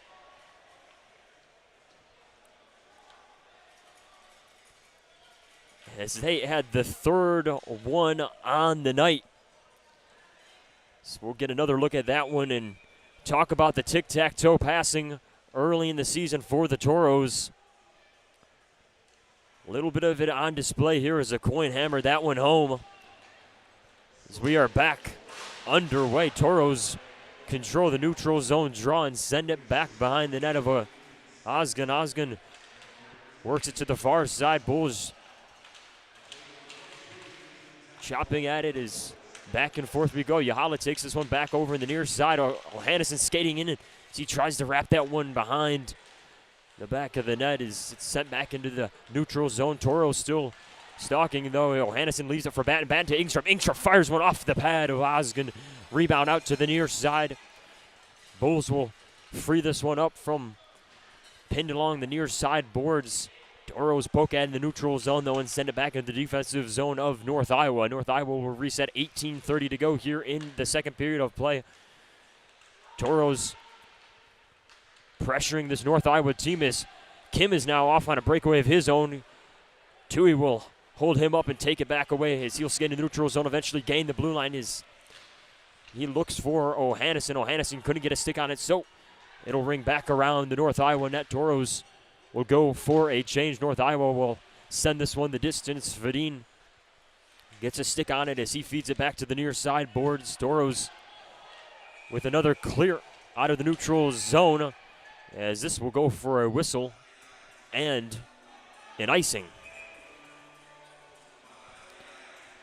Stoppage of play here with 17:55 to go. So we'll take another look at that goal here, slow motion.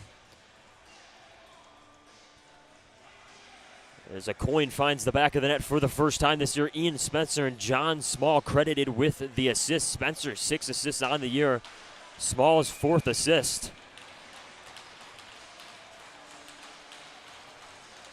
As the initial call of icing will be taken back. So an offensive zone draw here for the Toros. Tabulis out there to Osgun's right side. North Iowa will control the draw as Maltino won that one. Toros pick it off, though, at the blue line. Backhanded pass there by Marvin Cordes to keep it in the offensive zone. This puck will ring around the North Iowa net and settle its way in the far side corner.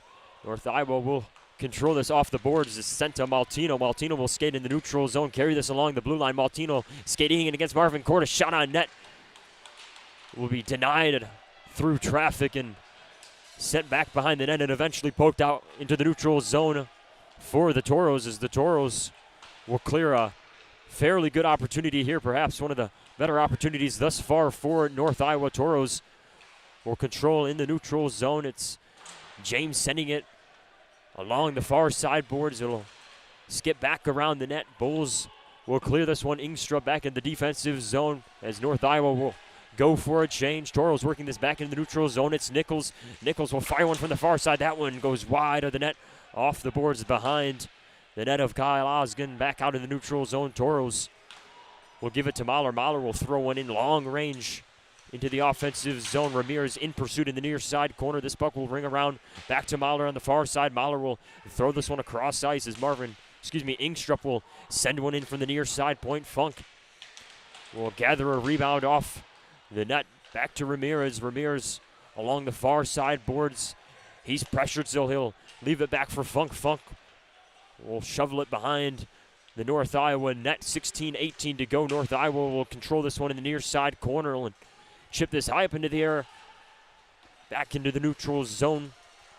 Tauros are forced to peel back and reset here as they'll send one in. Icing is called off. North Iowa will control deep in their own zone. Ramirez on the pressure and defense to take this one away as North Iowa tries to work this puck out of the defensive zone. Will eventually just send it in as Hagstrom will corral this one. He'll give it to Tui. Tui skating in will look for Small in the center of the ice. Small couldn't get a stick on it. Spencer, though, will send it to Small. Small to Perot, I think to a coin. Yeah, that was a coin on the near side as he was hacking at an empty net. A coin back in front of the net. He'll fire one off the pad of Osgood. Rebound out to the near side as Small will look to get a stick on it. Puck will squirt back out of the neutral zone. Tauros will have to reset. Another good opportunity there for the Tauros in front of the North Iowa net. Tauros will send this one back into the offensive zone as North Iowa will pick this one up along the far side boards. It's Suzuki skating in as he'll lead a charge, but North Iowa goes for a change, so that rush is broken up. Tauros will send it back into the defensive zone. 5 minutes into this second period of play. North Iowa will control it out of their own zone. This one is given to Miller. Miller to the near side will work it across the ice. That one intended for Johnson. Johnson couldn't settle that bouncing puck down, so the Tauros will control back under the neutral zone and send it into Bulls territory. Puck work back out in the neutral zone. Big hit there along the far side boards. Bulls control behind their own net. Delayed penalty coming here. Miller carries it up ice. Tauros will touch up. No penalty there as the Bulls will work out of their own zone. Send it back into the neutral zone. It's Ty James gathering a clearing pass there for North Iowa. He'll give it to Ohannesson. Ohannesson send it across the ice as Batten skates into the far side corner. Good break up there by Yohala as Ohannesson skates in front of the net. Tries to feed one into the top corner. Osgood with the save. Tauros still stalking as Yohala will feed another one into the net. Tauros add on to their 3-goal lead. Make it 4. Jesse Yohala as his scorching scoring start continues for the Tauros. That'll be good for his 6th goal on the year, his 9th total point. The Tauros had a couple good opportunities there. Ohannesson with an initial feed off the net. Puck eventually popped back out into the center of the ice. It's Jesse Yohala, though, hammering home the 4th goal of the night, as that will be good for the over on the Forebear Sportsbook over-under. So 2 overs thus far on the night. Last one we're looking for is total fighting majors. I believe that one's at 1.5. As Tabulis will carry this one out of the neutral zone for the Tauros. So North Iowa will send in defense. Brief battle up along the board. Centering pass here to Dress. That one just caught him on the far side, so not a clean opportunity for a shot. Dress, though, controls in the neutral zone. He'll give it to Tabulis. Tabulis skating in front of the net.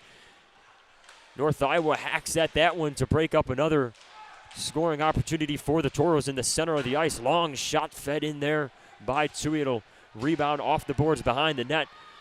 Pursuit here for the freeing puck. Tui will control that one in his own zone as it's worked back up to Ramirez and eventually back behind the North Iowa net.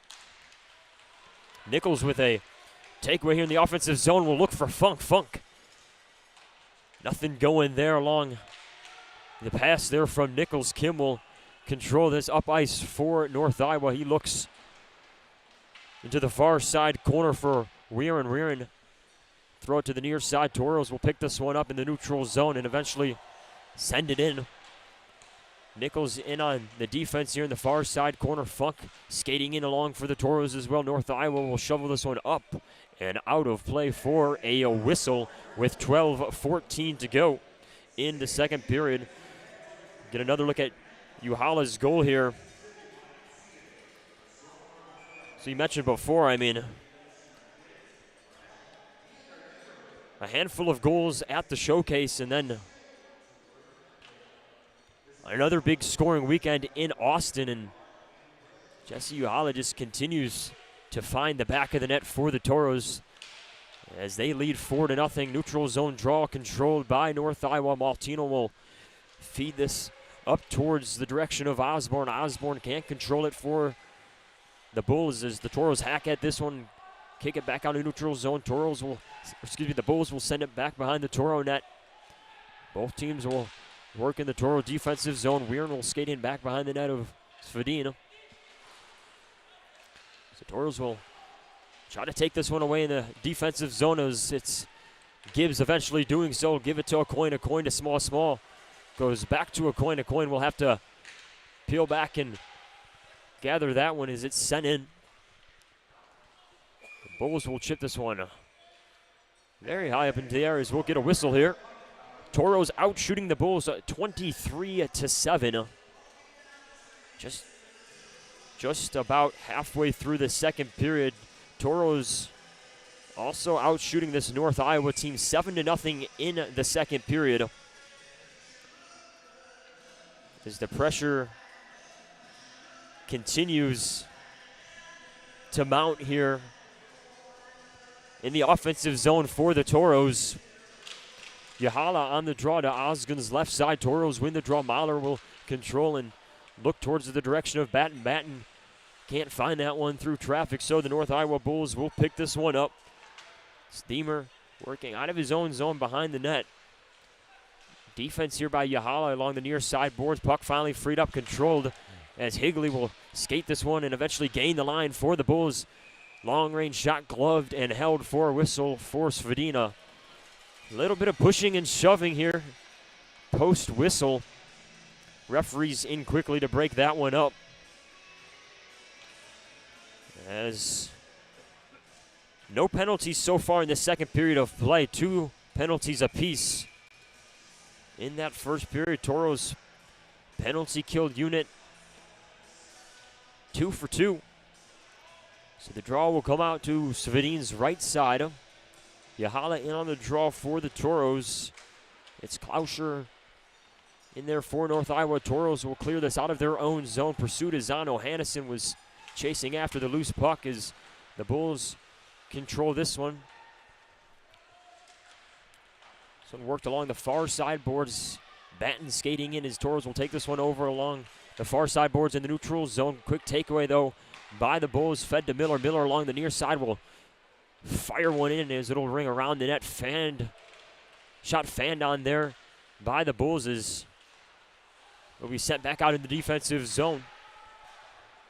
Miller up ice to Klauscher. Klauscher across the blue line. Good defense there by Mahler as Klauscher will find Miller off a pass that came from Klauscher that found him on his knees as Mahler was in on the defense. Bulls will clear this one back behind the net of Svedin. Svedin, so far so good. It's his third straight start here for the Toros. Toros will clear this one back into the North Iowa zone. Marvin Cordes will find Tui along the far side. Defense sent in by the Bulls as they'll hack at this one along the far side boards. Tui trying to get a stick on this one. It pops high up into the air, settled down by the Bulls.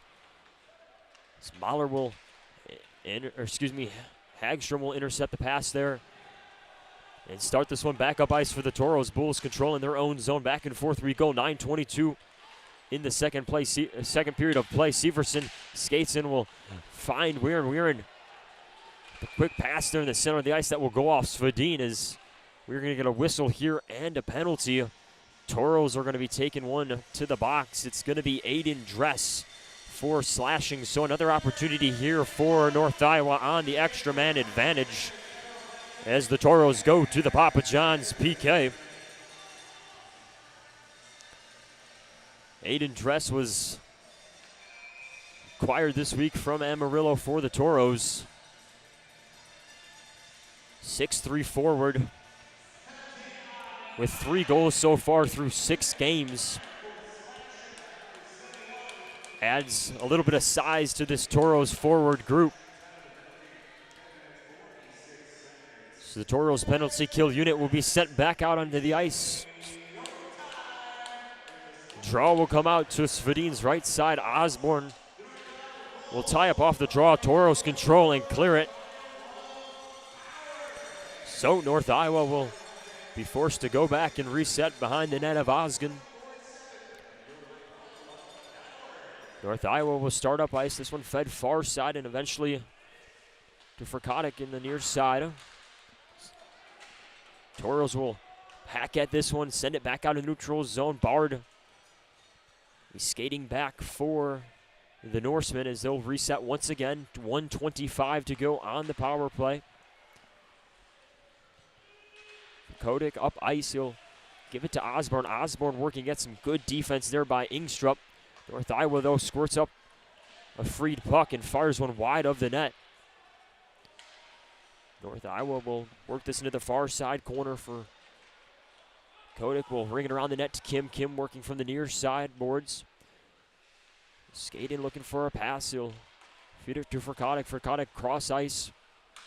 There's a good stick here by Spencer. Will break up the offensive zone push there for the Bulls and eventually will clear it.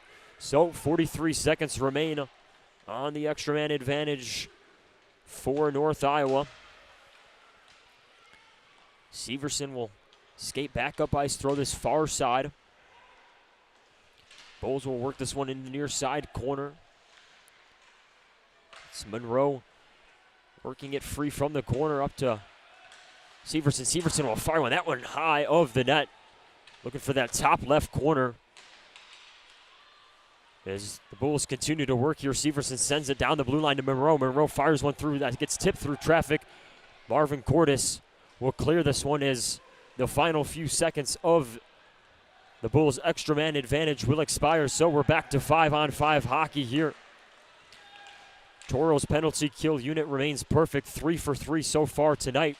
North Iowa will skate this one back into the offensive zone. Funk was in on the defense behind the net for the Tauros as this one is rung back around to the near side to Nichols. Nichols can't control it as a long-range shot that's thrown on net by Severson. Tipped high up into the air by Svedin. Tauros will settle down the puck in the far side corner. Funk to Nichols. Nichols tries to hack at it out of the zone. Big collision in the center of the ice. As the Tauros will work this one out of their own zone along the far side boards. North Iowa, though, will pick this one up. If they hurry, they have numbers. This is a shot that is fed, gets tipped up through traffic and cleared by the Tauros. So North Iowa had to go deep in their own zone to retrieve this one. They'll work back in the offensive zone. This one fed down to Johnson. Johnson working along the near side. His pass will go wide, so Tauros will take this one away. It's Batten skating along the near side. O'Hannison lost his stick for a brief moment, so Batten had to continue to hold on to that one into the offensive zone. Batten was taken down along the near side as Funk will pick this one up and send it back to Batten. Batten back up top to Mahler. Mahler will fire one. That one wide of the net. Batten, though, on a cleanup as he tries to feed one on the near side of Osgood. Osgood, though, with a diving save made as this puck is pinned up against the boards against the far side. Perot will give it to Mahler. Mahler will fire one that's tipped there by Bard in traffic. As the Bulls will take this one back away in their own defensive zone. Good push there by the Tauros. Nothing going, though, as Higley will get a stick on this one back into the neutral zone. Tauros, they'll pick this one up. Batten skating along the near side. It's a coin skating in the center of the ice, and that's exactly where Batten was looking, but a good stick there by the Bulls to break that one up. It was Cash Crawford with an active stick on defense as a coin was crashing towards the center of the net. As we'll get a whistle here with 5:09 to go. Tauros still leading the Bulls 4-0. Shots on goal in favor of the Tauros, 23-11 overall, as we'll get another look at it.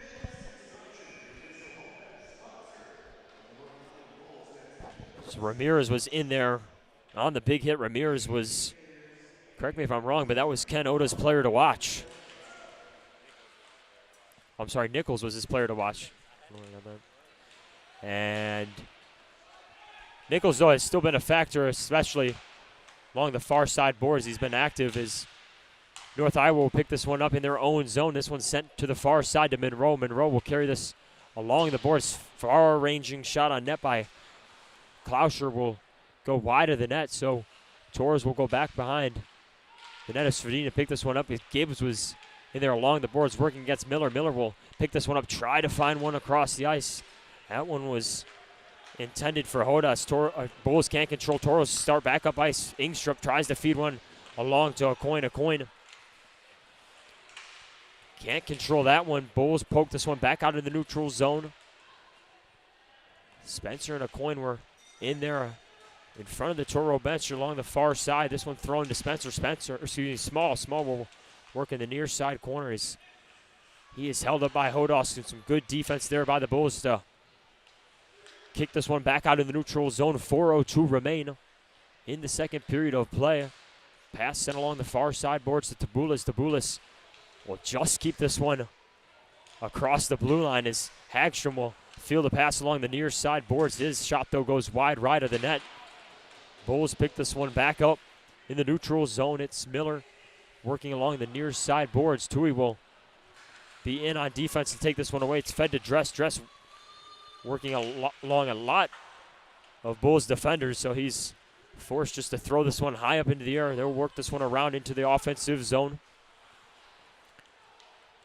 as the Bulls will chop this one back out of the neutral zone. Both teams will work along the far side boards. 3:18 to go here. Chewy will retrieve this one behind the Toro net and clear this one along the far side boards. As this one is sent along to Osborne. Osborne working against Hagstrom. Toros take this one away. So we'll get delayed offsides here, so the Bulls will peel back and reset as Toros work this one back out of the neutral zone. Nichols tries to get a stick on it. Stewie will feed it to Nichols along the near side. Nichols held up there as the Bulls will work this one back across the blue line. We're going to get a penalty called here for tripping. See whose it's going to be. It's going to be Hagstrom going to the box for the Toros. So they'll work once again for the second time this period on the Papa John's PK. Toros 3 for 3 though.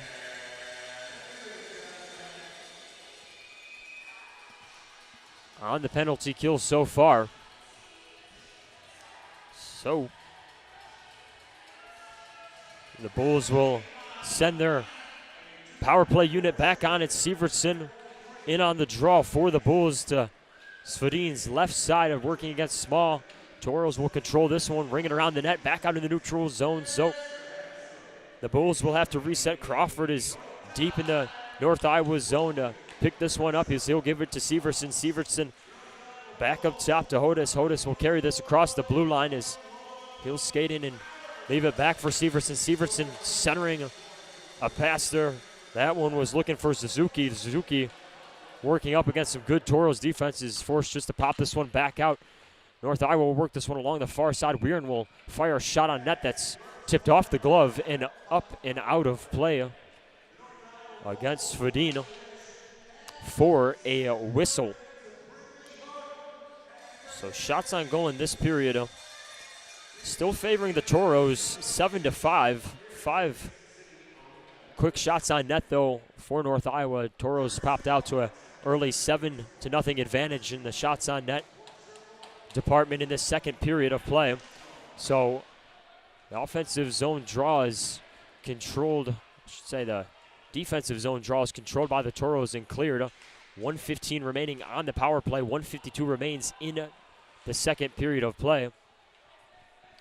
Crawford works along the far side behind the North Iowa net. Pressure brought in by Marvin Cordes. North Iowa will hack this one into the offensive zone. It's Gibbs behind the Toro net working against two North Iowa defenders as North Iowa will finally free this one up. Suzuki will give it back up top. Crawford will get a stick on it. Good pressure there by Marvin Cordes. This will be poked back out in the neutral zone. Both teams will go for a quick change. 35 seconds remain on the extra man advantage for North Iowa. Kim will skate into the offensive zone for the Bulls. As he'll leave it for Johnson. Johnson will work it back down along the blue line to Kim. Kim will leave it for Bard. Bard will skate it along the far side corner. So it's fed back around the net.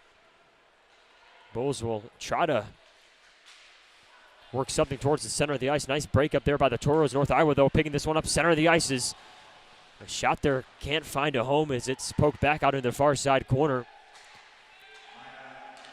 As Minot will come full strength, and a shot is fired and hits the back of the net for the Bulls for their first one of the night.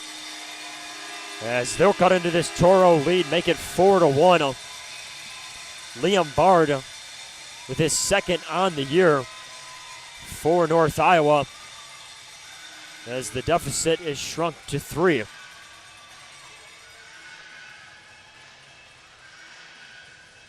Let's get another look at this one, in which it came just as the Toros were releasing one from the box.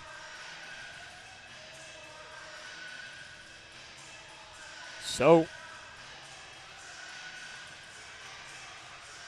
could say the Bulls somewhat cashed in on the extra man advantage. Toros skater was heading back out onto the ice as that goal happened. So, lead is now 4-1. Neutral zone draw sent into the offensive zone by the Toros. Hannison fires a quick shot on net that Osgood comes far out of his net as the net will come off for a whistle with 20 seconds remaining in the period.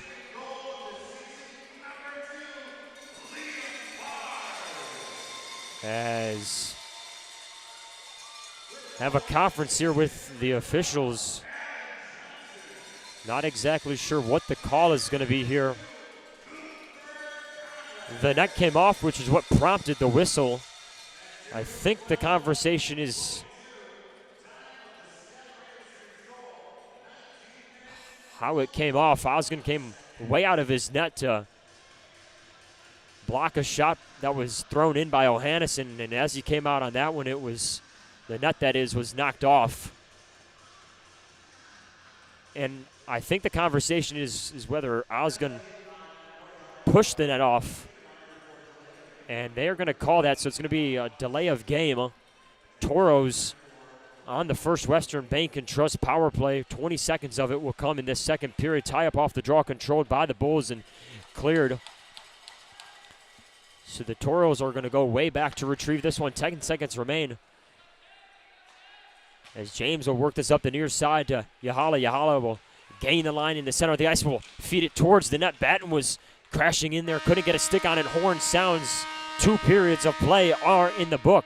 Toros will hold on to a lead through 2 periods of play. 4-1.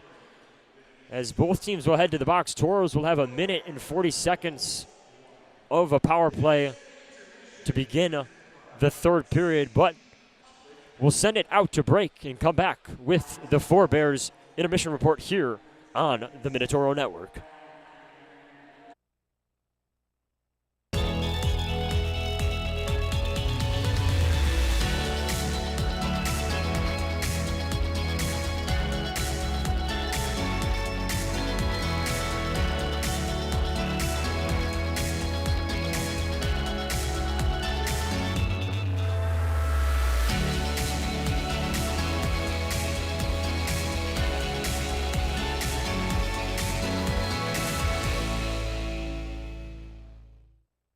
Serco Sanitation is a locally owned family business providing quality waste hauling services since 1980. We provide service to residential and commercial customers, as well as roll-off service for large projects and construction sites. We are dedicated to providing excellent service at competitive prices without deceptive contracts or hidden fees. For more on what Circle Sanitation can do for you, call us or visit circlesanitation.com. Since 1977, Northwest Tire's been your partner on the road for over 40 years. People have put their trust in our quality brand tires and expert service on the roads and in the fields for work, play, and travel. Northwest Tire, keeping you rolling down the road. If RPMs raise your BPMs, if the open road is an open invitation, then get up and go. Go turn some heads. Go turn a wrench. Go windows down, go volume up. Go in, go out, go off. Napa has America's largest network of parts and care, here to keep you firing on all cylinders. Don't let talking about tough topics scare you. Talk to your child about the dangers of underage alcohol use today. This message brought to you by the 1st District Health Unit and the Minot Tauros. The puck, the net, the crowd, the moment. A chance to make history. Just like that perfect play, we're here to help you win at your financial game. At Great River Federal Credit Union, we offer competitive rates and innovative technology designed to empower you to achieve your goals. Become a member of Great River and score a $100 bonus when you use promo code HOCKEY100. Visit greatriverfcu.org/hockey100 for details and open your account. Member NCUA. At Northwest Tire, we're part of your community, and we want you to be part of our family. We're about more than tires. We're about superior customer service to keep your vehicles and equipment safely rolling down the road. If you'd like to join a company that truly cares for our customers and employees, come work with us and become part of our growing family. Apply at nwtire.com. Northwest Tire keeps you rolling down the road. If you're taking a prescription opioid, please don't drink. Mixing alcohol or another drug increases your risk of overdose. Know how to be safe at behavioralhealth.nd.gov. Opioids. Fill with care. In life, there's good, better, and the best. The same theme applies for our car and light truck tires at Northwest Tire. We offer you good tires, better tires, and the best tires.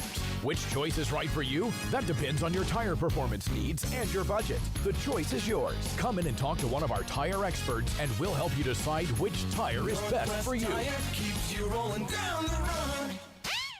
We often think of frontiers as pages in a history book, a time gone by. But even in this modern world, there are new frontiers to conquer. Whether you're tending the land to grow a better tomorrow or growing a business for new opportunities, the work you do powers the world. Exploring the frontier means stepping forward, shaping the future for yourself and for those around you. First International Bank and Trust, helping you live first, one step at a time.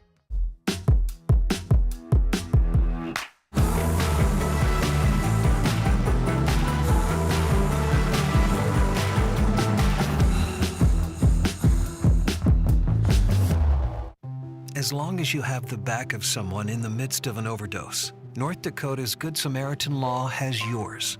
Learn how to save a life at behavioralhealth.nd.gov. Opioids. Fill with care. On the field, a lot of people know me as number 11. And while I really appreciate and value all the fans of number 11, off the field, I appreciate how First Western Bank and Trust bankers take the time to learn about me and never treat me as just a number. You too can bank where you'll never be just an account number. First Western Bank and Trust. You can bank on us. Circle Sanitation is a locally owned family business providing quality waste hauling services since 1980. We provide service to residential and commercial customers, as well as roll-off service for large projects and construction sites. We are dedicated to providing excellent service at competitive prices without deceptive contracts or hidden fees. For more on what Circle Sanitation can do for you, call us or visit circlesanitation.com.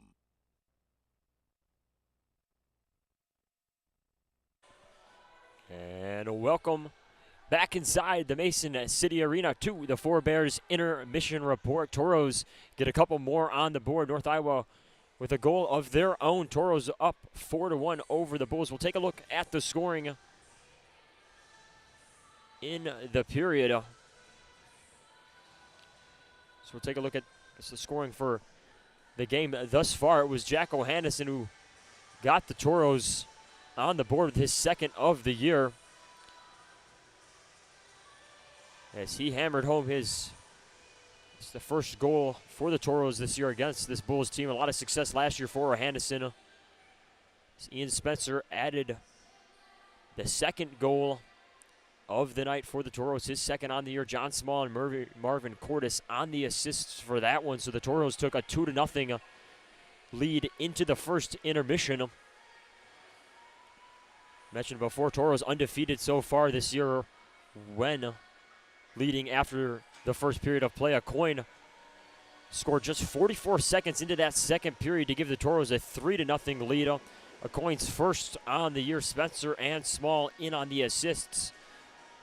Then the Tauros would add another courtesy of Jesse Uhala. Uhala's 7th goal on the year. Billy Batten and Jack O'Hannison in on the assist. So Jack O'Hannison and Jesse Uhala were the 2-point leaders coming into tonight. The way things are trending, they'll likely be the 2-point leaders following the conclusion of this one. Liam Bard cut into the Tauros lead with a goal for the Bulls. Liam Bard second on the year. Assist on that one coming from Evan Johnson and Max Furdock. It broke what was an 126-minute streak since they last scored on the Tauros. So it's a 3-goal advantage after the second period here in North Iowa. We'll get to scores around the league. New Hampshire over Northeast 5-1. That was one final. That one this afternoon. New Jersey over Elmira 7-1. That one also final. Johnstown over Rochester 2-1. 8 minutes left into the third period of that one.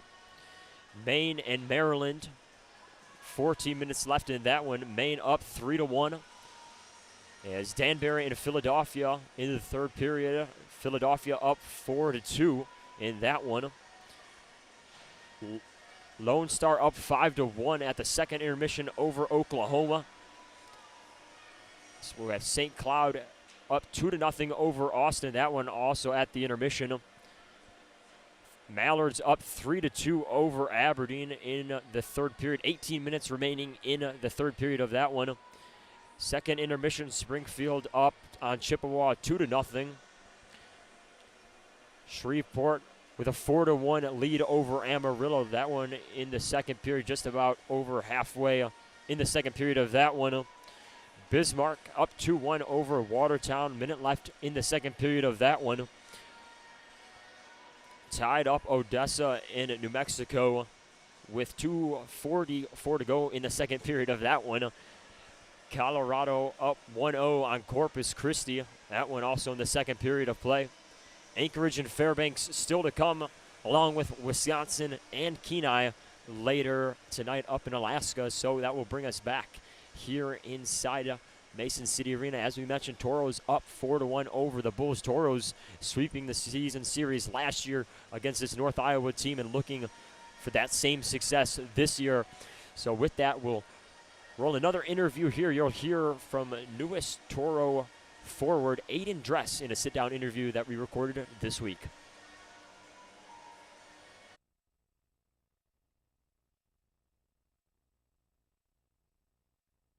Hello, Minotauros fans. We are here with Aiden Dress, our newest member of the Minotauros. You are from Montreal, Canada, and you just moved down here this week. How are you doing? I'm doing pretty well. Kind of just easing into things, and so it's fun. Minot has been treating you good so far? Yeah, I think so. Are you prepared for the cold? Obviously, you are from Canada, so I heard it's a little colder here than Montreal, so maybe not, but... The wind, I've been told about the wind is actually lethal. So you came from the Amarillo Wranglers. How has the transition to this team been for you so far? It's very different. I like it a lot more here. It's just a good environment. Boys are cool, and it's a good time. How is it different from Amarillo? I mean, just type of play style. It's a little less skill in Amarillo and in the South. So just here, you get to a little bit more pace and move the puck a little more, and that's about it. And you have already scored 3 goals this season. What do you think has led to this early success? Just getting to the right areas and shooting the puck. It's kind of my game, and I like scoring. Is there anything you do like pre-game that you have to do, like a ritual, or like same sock on a certain foot, or whatever? I try to usually be the first one dressed or half dressed, and then go sit on the bench for 10 minutes. Do some breathing exercises, and then just try to get dialed.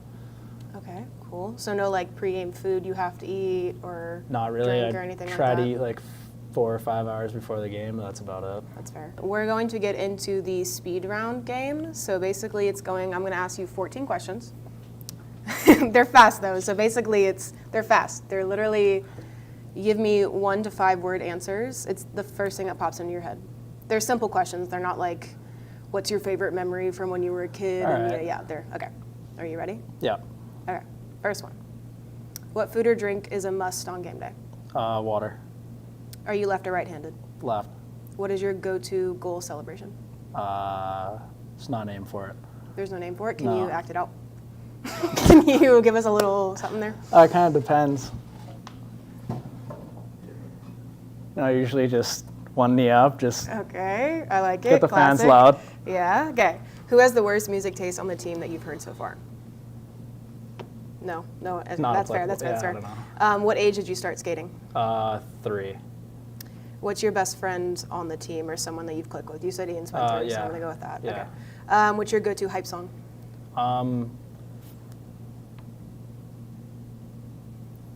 Give Me Everything by Pitbull. Okay. When was the last time you called your parents? This morning. If you could create a game jersey for the Minotauros, what would the base color be? Black. Okay, I like it. Spell and pronounce your last name. Dres, D-R-E-S. What is the best nickname you've been given? Smiles. Okay. Can you go into that a little bit? Just everyone always used to say I smile a lot, so. Okay, that's a good one. Yeah. If you could have a superpower, what would it be? Breathe underwater. Okay.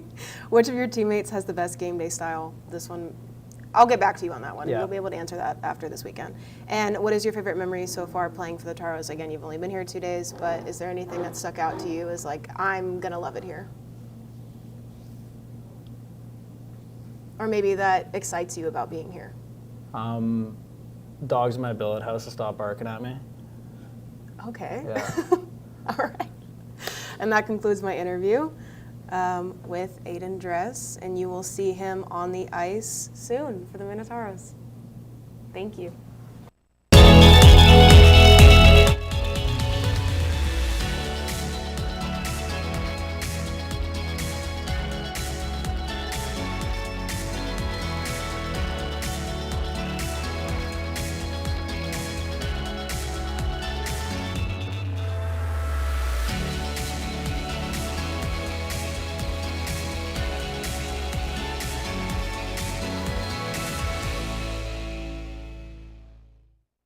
Circle Sanitation is a locally owned family business providing quality waste hauling services since 1980.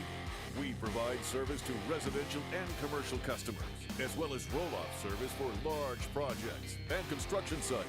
We are dedicated to providing excellent service. When facing disaster, it's not just the things we lose, but the memories. For more on what Circle Sanitation can do for you, call us or visit circlesanitation.com. Since 1977, Northwest Tire's been your partner on the road for over 40 years. People have put their trust in our quality brand tires and expert service on the roads and in the fields for work, play, and travel. Northwest Tire, keeping you rolling down the road. If RPMs raise your BPMs, if the open road is an open invitation, then get up and go. Go turn some heads. Go turn a wrench. Go windows down. Go volume up. Go in. Go out. Go off. Napa has America's largest network of parts and care, here to keep you firing on all cylinders.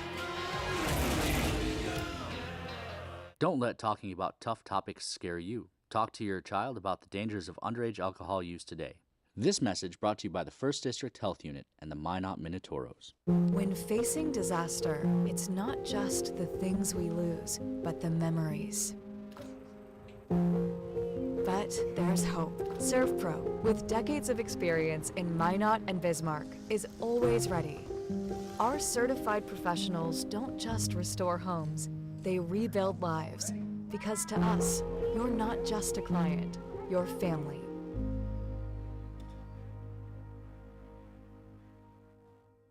Lucky for us, life is full of choices, big and small. They define us, make us who we are. And when it comes time for you to choose a car, home, your next big adventure, or start a new business, Farmers Union Insurance has the variety of coverage options to protect each perfect moment. Farmers Union Insurance. Contact your local Farmers Union Insurance agent today.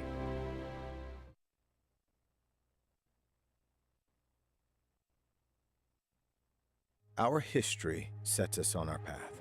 From the moment we're born, we begin our walk through life. We learn so we can discover.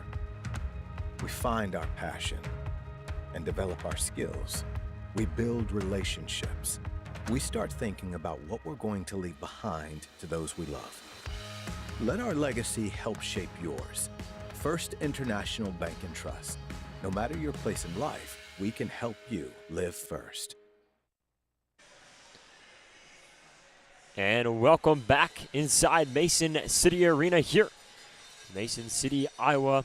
Tauros up at the break, 4-1 over the North Iowa Bulls. Edward Neiman bringing Colby Brault here for the final few minutes of the intermission. We talk about next week for the Tauros, big week taking on Bismarck, but there's more in store at the Mesa Arena for Toro fans. Yeah, I mean, truthfully, Edward, there's literally no reason to not be at the Pepsi Rink at Mesa Arena next weekend.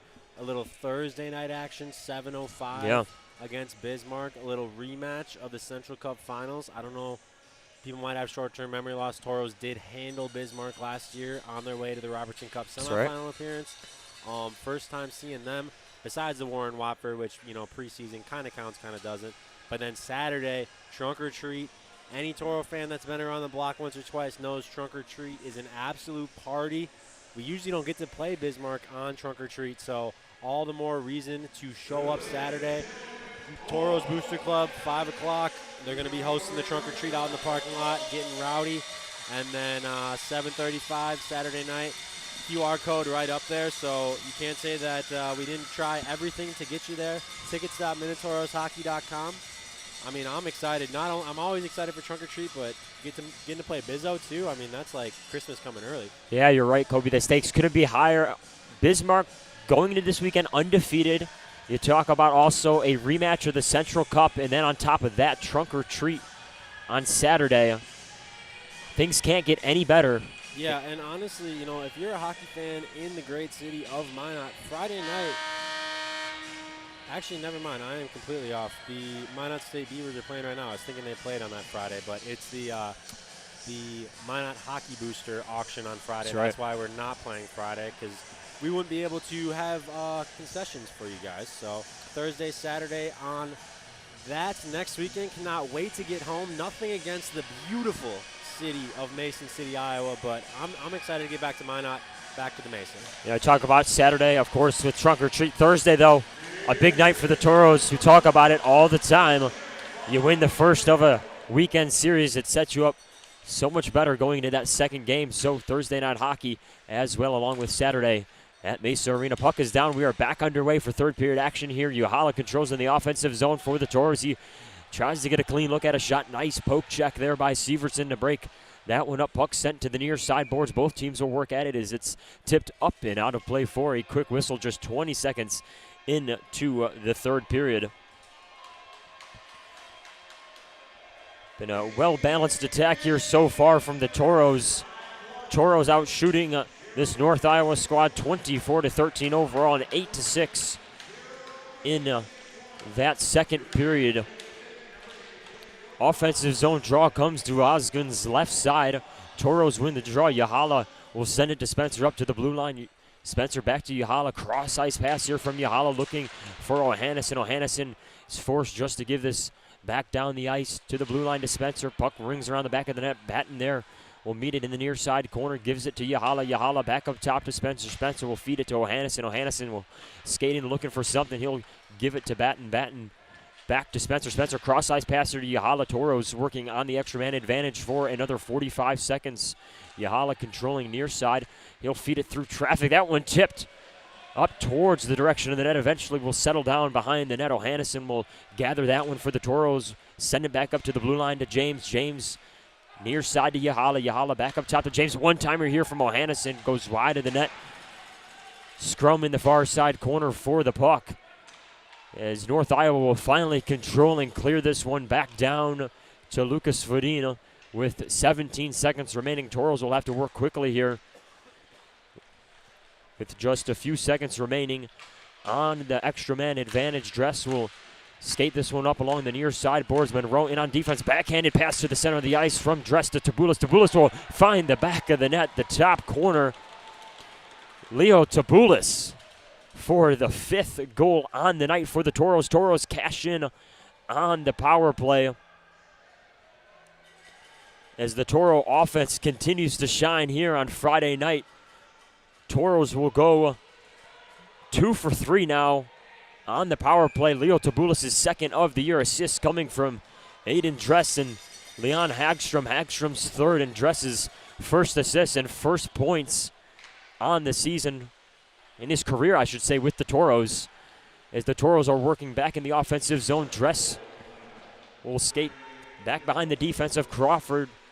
North Iowa will poke this one free and work it back up in the neutral zone. Klauscher tried to get something going to Boulis with a nice stick there to break that carry up. As the Tauros will control deep in their own zone. 17:53 to go here in regulation for the Tauros. Long shot thrown on net.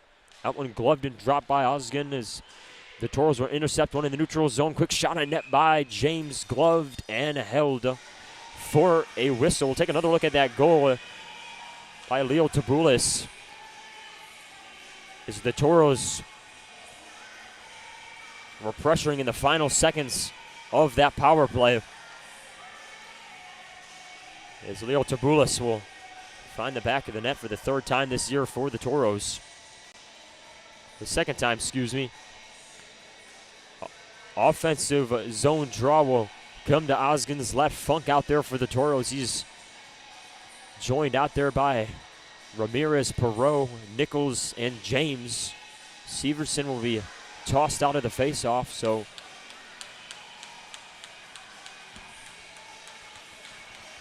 in will come Kim. Bowles will control off the face-off, send this one across ice. It's fed to Severson, and Severson will carry it across the blue line in the offensive zone. His shot is tipped up into the far side corner. Bowles will recontrol that one as a quick shot on net there is fired off the pad of Svedin and back out to the far side. Kim will pick this one up along far side of the ice, and this one's poked back out in the neutral zone. McIntosh was there to control that one. Tauros, though, with a nice takeaway as Ramirez was skating towards the puck, as we'll get a whistle here in a penalty. Tauros are going to go back to the First Western Bank and Trust power play. Oshove is going to be taken to the box. I think that was tripping. So the Tauros will have another opportunity here to add on. And as we mentioned a couple minutes ago, 2 for 3 so far on the power play for the Tauros. Entering this weekend They ranked 4th in the division.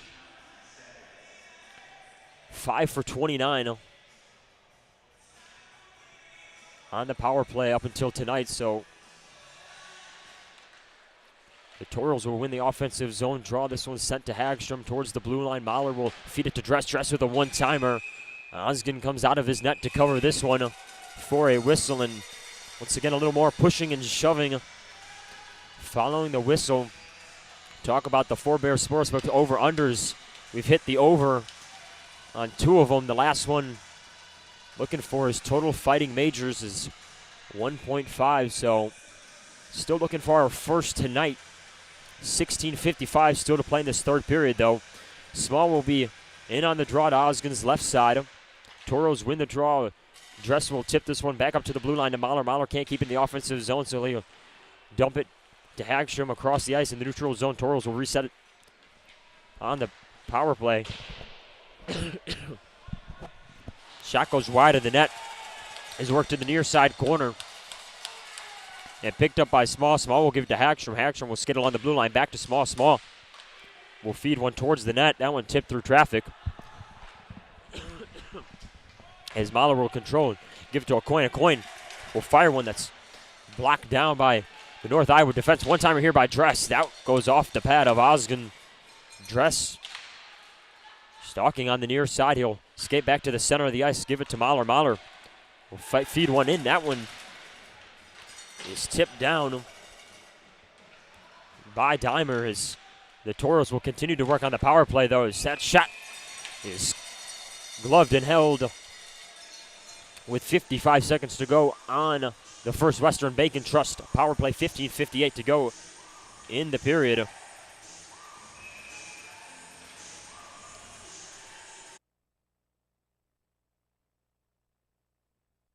So another offensive zone draw coming for the Tauros.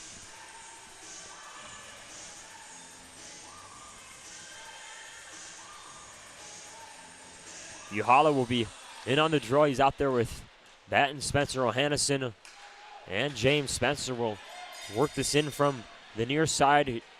Send it into the corner. Batten was sent to the ice there as Spencer will control. He'll skate in and try to look towards the direction of Jesse Uhala. Already a goal on the night. Uhala will give it back up top to James. James to Spencer. Spencer will feed it towards O'Hannison. O'Hannison with a backhanded pass directed towards the stick of Billy Batten.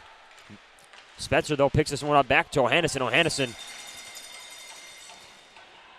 threw that one wide of the net from the far side. O'Hannison working in close range. Carries that one off the pad of Osgen as Tauros have 10 seconds remaining on the power play. Batten sends this one into the far side corner to O'Hannison. Batten will pick this one up as O'Hannison's pressured. He's forced just to dump that one off. As North Iowa will come full strength. Tauros still working the offensive zone. O'Hannison will skate back behind the North Iowa net. Shovel this up towards Tui as this one is tipped up and out of play for a whistle with 14:49 to go. So we'll take a look. That backhanded try by O'Hannison. Really heads up play there. I think that was towards Batten in the center of the ice. As the Tauros offense continues to operate effectively on the power play. Shots on goal in the period in favor of the Tauros, 9-1. Offensive zone draw controlled by the Tauros. It's sent up to Tui. Tui works from the blue line. That one wide of the net. Tauros will get the rebound along the far side boards. Nichols will ring it back behind the net. Oshove, though, in there for the Bulls. Quick takeaway, though, by Funk. Funk will try to give it to Nichols. Nichols couldn't control that when he tried to go boot to blade, but nothing going there. Puck sent back out of the neutral zone. Funk will pick this one up. He'll gain the line. 2 Bulls defenders in the center of the net makes that one tough, so the Tauros get this one poked back out of the neutral zone, eventually into their own defensive zone along the near side, so they'll reset. This one sent back into the neutral zone. Funk in there for the Tauros along with Nichols. Collision on the near side of the ice. Bulls will work this into the offensive zone as this one is thrown wide of the net. get a whistle here. Is exactly sure what the call is here, but nevertheless, the draw will come back out in the neutral zone.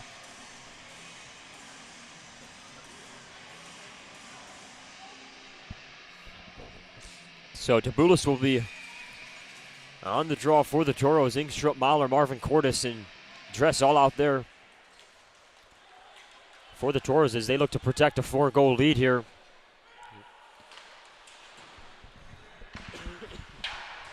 Shot goes wide of the net there for Ingstrup. Fired that one in from the blue line. Bulls will pick this one up in the neutral zone. Weirin will feed this one across the ice to Maltino. Maltino will carry this one in. Toros meet that rush with some defense, breaking that up, but Maltino will fire another one towards the net. That one broken up. Toros carry this one back out into the neutral zone, and so eventually trickle behind the net for the Bulls. Bulls will send this puck along the far side boards. Toros control. Small will pick this one up in the neutral zone. Enter the offensive zone for the Toros. He tries to hack one towards the net. Cash Crawford was standing in his way as he got caught up in there as Small tried to fire one in. Both teams will battle along the far side board. Small will pick up the freed puck. A coin will skating towards the center of the ice. This one fed to Spencer. Spencer fires one wide right of the net. That one just a little high as well. Bulls will gather this one along the near side boards. Quick takeaway there in the neutral zone by the Toros. Bulls will repossess this one as Spencer couldn't do anything with that one to avoid the offside, so Bulls will pick this one up. Suzuki will leave it for Crawford. Crawford is going to get called for a high stick here. Toros pick this one up behind the net, so they'll work up ice. A coin will look for Spencer as the Toros are forced just to clear this one. Spencer across the blue line will feed it towards Uhala. Uhala couldn't get it. Hannison had a stick on it, though. He shoveled it towards the net. Bulls, though, will recontrol this one and skate back into the Toro zone. 11:55 to go here in the third period of play. Toros up 5-1, out shooting the Bulls 33-14 overall in this contest. Hannison will give this one to Uhala in the neutral zone. Uhala will look back towards Hannison, though, couldn't control that one. Toros still working, though. Hagstrom works it up the far side boards towards Batten. Batten will pick this one up in the neutral zone. Just backhand this one into the Bulls zone. Bulls will work back up ice. Gives it to Klosher. Klosher will look towards Miller. Miller pass just goes wide as Miller was skating into the center of the ice. Toros pick this one up. Hannison across the blue line will fire one on net. That's popped up in the air. Dangerous spot there as Osgood was out of his net. Puck was high up in the air. Toros were crashing in. Toros, though, controlling North Iowa, will take this one away and work back down the ice in the neutral zone. Miller will gain the line. Will look to a cross-ice pass to Monroe. That one just wide of Monroe, though. Toros will skate this one back up in the neutral zone. We'll get a whistle here, and it looks like the Toros are going to go to the Papa John's penalty kill. It's going to be Jesse Uhala sent to the box. So the Toros will go to the Papa John's PK for the 5th time tonight. Uhala's called for interference. With that being said, though, the Toros penalty kill unit solid so far, as North Iowa will control an offensive zone draw. It's Hodas working it back into the corner as Crawford will skate this one back up towards the blue line and eventually to the far side corner. It's Weirin throwing it back to Crawford. One-timer, that one fired wide of the net by Severson. Bulls still controlling. It's Weirin near side corner. He'll work up against Hagstrom. Hagstrom will lay back, so Weirin will feed it to Hodas. Hodas back up to Severson. Severson gets his pass chip. Good job there by the Bulls to keep it in the offensive zone. Hodas will give it to Suzuki in the near side corner. He'll backhand this one around the Toro net. Hagstrom will clear that one the distance, so Osgood out of his net with 1:07 to go on the extra man advantage for North Iowa. Toros and Bulls will both go for a change, so the Bulls will reset up ice. This one thrown across the blue line and through traffic. Mahler was the one to catch that one in front of the Toro net, and the Toros will send this one back onto the neutral zone. Marvin Cordes in on the pressure as North Iowa will skate this behind the net. Was Evan Johnson was trying to carry that out of the zone. Good defense. I think that was Marvin Cordes to take him down as Johnson lost the handle and forces the Bulls to reset with 25 seconds to go on the extra man advantage. 9:04 to go in regulation. Toros hack this one back out of the neutral zone. Bard will carry it back into the offensive zone as he feeds Kim. Last couple seconds here on the power play for the Bulls. Kim holding in the near side corner, cross ice pass. As this is fed towards the center of the ice. One-timer there by Kim is blocked as the Toros come full strength. Yahala now on a breakaway of his own. Yahala will skate in that one. Fired on net, blocked down to the near side. Big save there by Osgood to keep this a 4-goal game. Yahala controlling in the near side corner. Work it up towards small. Looking for something. Bulls break that one up. Toros still control though. Ingstrup skating in along the far side. He'll ring it around the North Iowa net. Spencer will feed this one up to Ingstrup. Ingstrup to Yahala. Yahala from the near side feeding it off the pad of Osgood. Toros still with the offensive zone pressure. It's Spencer this time. His shot gets tipped wide. Mahler's laboring along the near side point. He'll keep it in the offensive zone. Mahler fires one high of the net. Karam's off the boards behind the North Iowa net and eventually out to the neutral zone. Toros will have to reset as they throw this one down for an icing. Icings are brought to you by Minot's Finest Collision Center. So another look as Yahala and a breakaway opportunity there. Osgood with a big save there for the Bulls to keep this game right where it's at. 7:42.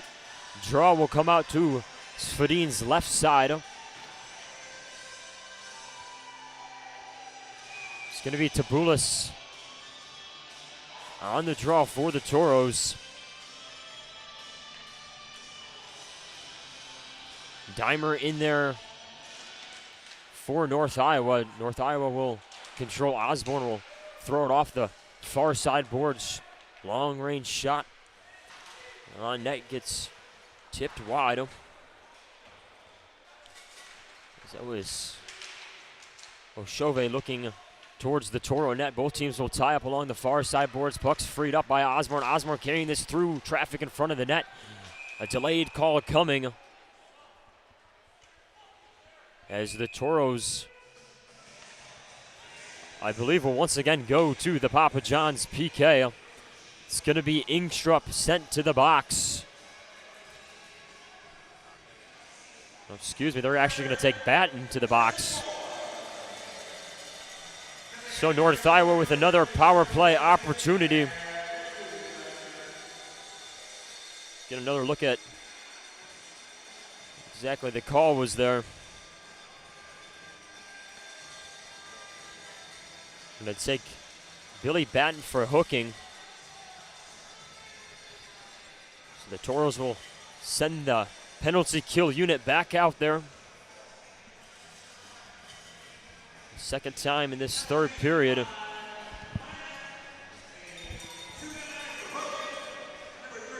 So the draw is going to come out to Svedin's left side.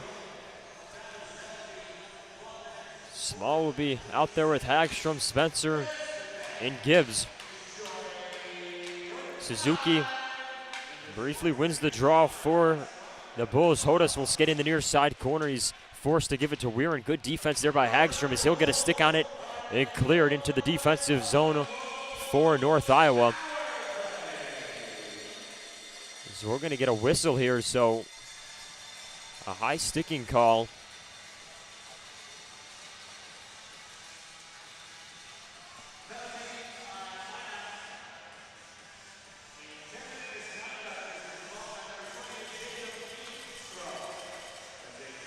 And so we're going to also have a 10-minute misconduct penalty. That's going to go on Ingstrup. So I initially thought they were taking Ingstrup to the box, but took him for the misconduct. Batten gets sent to the box for hooking. So the Tauros will work on an offensive breakaway here. Spencer will hammer home a backhanded shot, short-handed, as the Tauros will add to the lead. The sixth goal of the night comes courtesy of Ian Spencer. Spencer's third of the season, second of the night. As the Tauros with a quick developing breakaway there, short-handed, will find the back of the net. And it's going to be the second short-handed goal of the year for the Tauros. The first came last weekend against the Norsemen. So the Tauros now with a 5-goal advantage. Still a minute 11 to go on the penalty kill. Tauros will clear it out of their own zone, back out in the neutral. Bard will be back for the Bulls to reset this one. It's going to go up and out of play. Osborne was hacking at a puck there in the neutral zone. Get a whistle here and take a look at the replay of Ian Spencer's goal. He feeds one backhanded past Osgun for the Tauros. Sixth of the night. Neutral zone draw controlled by North Iowa. Send this back in their own zone. So eventually we'll work this one back out in neutral zone. It's Kodak trying to bring that one across the blue line. Hagstrom in on defense will force the Bulls to regroup in the neutral zone. 35 seconds remain. Tauros clear this one down the ice. As North Iowa looking to get something going here in the late stages of the third period. Kim will carry this in the offensive zone. He was looking towards Oshove. Tauros, they'll take it away and clear it. So North Iowa will have to work quickly here. 10 seconds remain on the power play, but we'll get a whistle here, as too many men is called on North Iowa. So the draw will come back out in the neutral zone. 5:27 remaining in the third period. So with that, we'll have 4-on-4 action for 10 seconds, and then followed by a minute and 50 of Tauros First Western Bank and Trust power play action.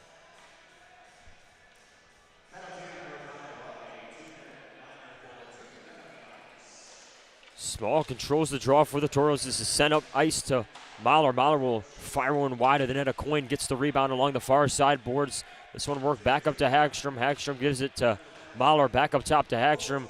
Tauros will get their man out of the box. Dress will come out. So Tauros will have a 5-on-4 advantage. Mahler will take this one up towards the blue line. Is fed in on net. John Small will find the back of the net. Tauros cash in again on the power play. This time it's John Small. Small will net his 5th of the year.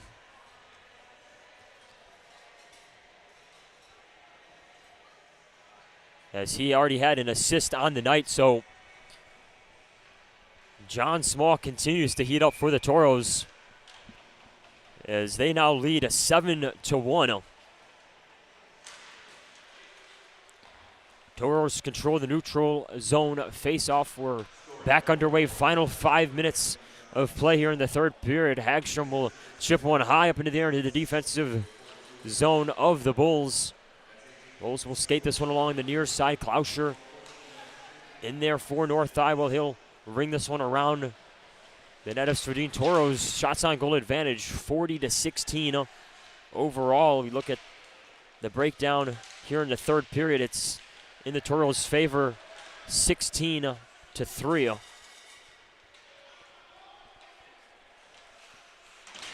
Tui will go back behind the Toro net to retrieve this one. He'll give it to James. James works it up ice as Funk will pick this one up in the neutral zone. Funk will give it to Nichols. Nichols looks cross-ice to Perot. Perot will fire one into the glove of Osgood for a whistle. We'll get another look at John Small goal. So the Toros are now 3 for 5 on the power play. It's Small 6th of the year. I want to say I said 5th. It's his 6th on the year. Another assist there for Dress. So Dress had 3 goals, no assists coming into this one. He's got 2 assists here, so making an impact here for the Toros in his first start in the Cream and Cardinal. This is worked in the neutral zone. Bulls will take over in their own defensive zone. Some worked across the far side. Sedomi Maltino will skating this in, centering pass from beyond the net. Bulls initially couldn't get a handle. A quick shot on net there, followed up by McIntosh, goes wide. Bulls working in the near side corner. This is dug up against the near side boards and fed free to Dress. Dress will skate in the neutral zone as he'll enter the offensive territory for the Toros. Marvin Cordes tried to keep a handle on the puck, but couldn't work that one free. So physical play up ice by the Bulls along the far side boards as players from each team's hit the ice. Toros finally free that one up and clear it back into the North Iowa zone. 3:05 to go in the third period of play. Long range shot gloved and dropped by Svedin. Hagstrom will send this along the far side boards. Ramirez will pick this one up, work it back onto the neutral zone. The Bulls will poke this one back. Toros behind their own net to work this one back up ice. Tui will give it to Ramirez. Ramirez backhands this one in the neutral zone to Nichols. Funk will pick it up across the blue line. Funk will work this towards, I believe that was Ramirez in front of the net. Ramirez, not a clean look there as he was running out of space in front of the net.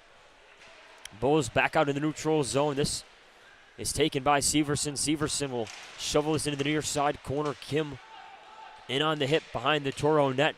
Nichols will pick this one up for the Toros and give it to Mahler. Mahler will skate across the blue line in the near side corner. Mahler will skate in and backhand that one on net. Rebound out to the far side. Toros still control. Mahler with another shot. That one goes wide right of the net. Toros continuing the offensive pressure here in the final 2 minutes of play. The Bulls will throw this one off the far side boards as it'll trickle into the Toro zone and eventually go the distance for an icing. Icings are brought to you by Minot's finest collision center. 1:52 remain. Toros in position to pick up their 5th win on the season and make it a streak. Offensive zone draw for the Toros will come out to Osgood's right side. Small in on the draw. Hodas in there for the Bulls. Bulls will chop this one free off the draw. Klauscher had it for a brief moment in the neutral zone. Toros will take this back away. A coin looking for Small as both teams will pursue back behind the net of North Iowa. North Iowa will free this one up, carry it back into the neutral zone. This is shoveled in. Hagstrom feed this one into the neutral zone as this puck is thrown up and out of play for a whistle. 1:22. Talk about the balanced attack for the Toros. O'Hannison, Spencer, Acoin, Yahala, Tabula, Spencer, and Small all netting goals tonight. So the Toros pick up goals across the board. Neutral zone draw controlled by the Tauros. Staboulis work along the far side boards. Bulls control behind their own net. Tauros. So this one will be sent back on the neutral zone. Pass from McIntosh intended for Suzuki. Tauros defense breaks that one up. Dress will carry this in the neutral zone. Backhand the puck into the North Iowa zone. North Iowa reset behind the net of Osgood. 45 seconds remain. Fed up ice as the Tauros will take this one back over. It's Davin Nichols carrying this one across the blue line. He'll stop in the near side corner, throw it back up to Tui. Tui feed it towards Funk. Funk trying to tip that one down. North Iowa will control for a few seconds before Tauros take this one back over in the offensive zone. Funk will fire one into the glove of Osgood. Osgood will drop this one in and decide to cover it for a whistle. 8.5 seconds remain in this one. Tauros have an offensive zone draw in position to take this Friday night road win against the North Iowa team that was also coming off a win of their own over Aberdeen. So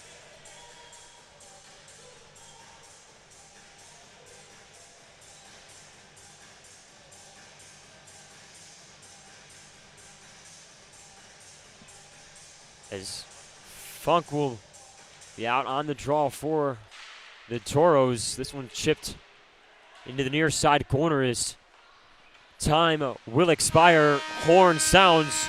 Tauros win. A 7-1 victory for the Tauros. Lucas Fedin stops 15 of 16 as Minot will cruise to a Friday night victory. Is still a few things to sort out here post whistle.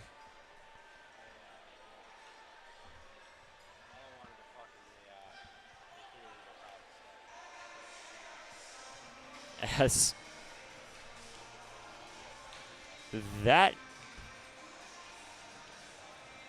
we'll send it out to a commercial break and then be back with the Farmers Union Insurance post-game show here on the Minotaur Network. So stay tuned as we close things out here from Mason City.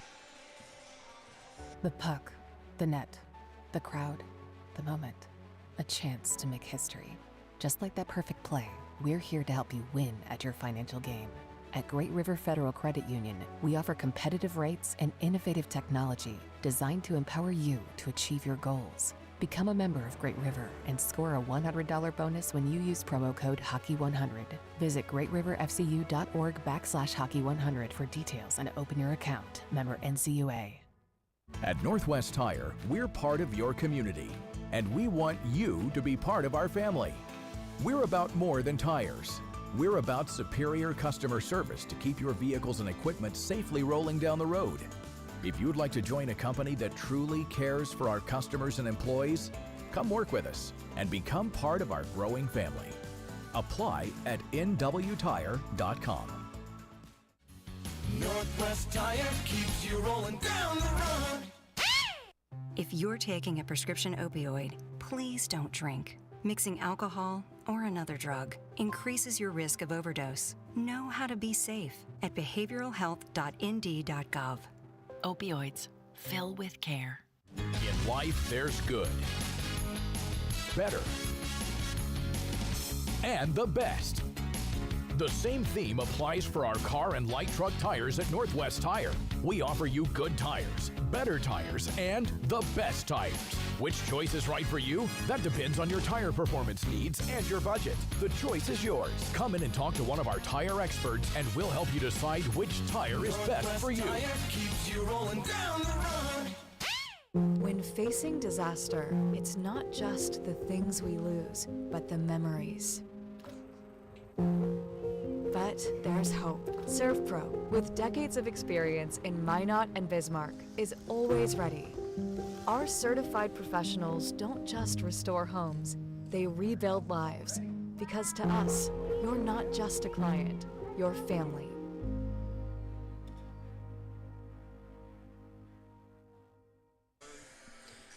And welcome back inside the Mason City Arena. It's a final here on Friday night. Toros beat the North Iowa Bulls by the score of 7-1. 7 goals for the Toros in this season series opener. We'll take a look at 6 of them here. Scoring got started in the first period. It was Jacko Hannison as he netted his second of the year for the Toros. Jesse Uhala with his 4th assist. Ty James with his second helper as the Toros struck first.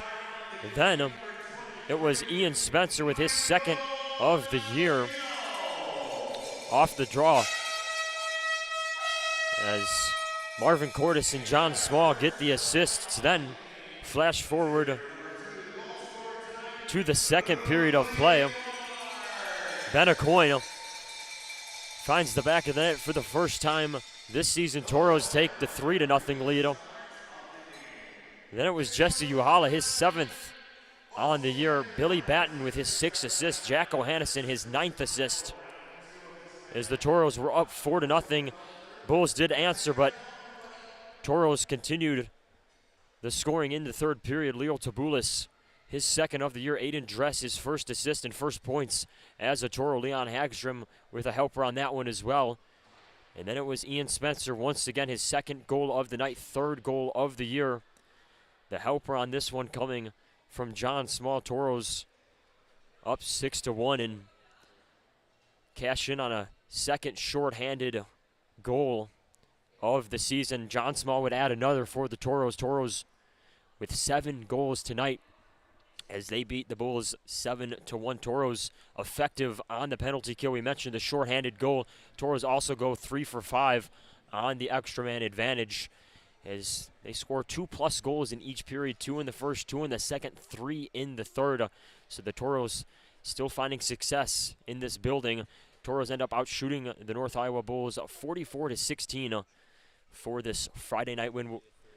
20-3 in the third period. So Toros continued that offensive pressure really from puck drop to the final horn here inside the Mason City Arena. We'll get to our McDonald's Toros trivia and Forebears over-under winners. The McDonald's Toro trivia, correct answer on that one was Kobe Volk. Is the winner on that one is Danny Heald for the McDonald's Toros trivia. I believe you can pick that up at Mesa Arena at the merch stand on Thursday night or Saturday night. Next home game you come to for the Toros. Forebears over-under winner was Sean Severson as Toros hit over, and then under. The only under there was the Fighting Majors, which was 1.5. We didn't see one tonight. So that'll do it here from Mason City Arena. We'll be back puck drop tomorrow, 6:30, earlier puck drop than today. So make note of that. We'll be on with the pregame show, give or take 6:10, 6:15. So make sure to tune into that one to get ready for night 2 of this weekend series with the North Iowa Bulls. But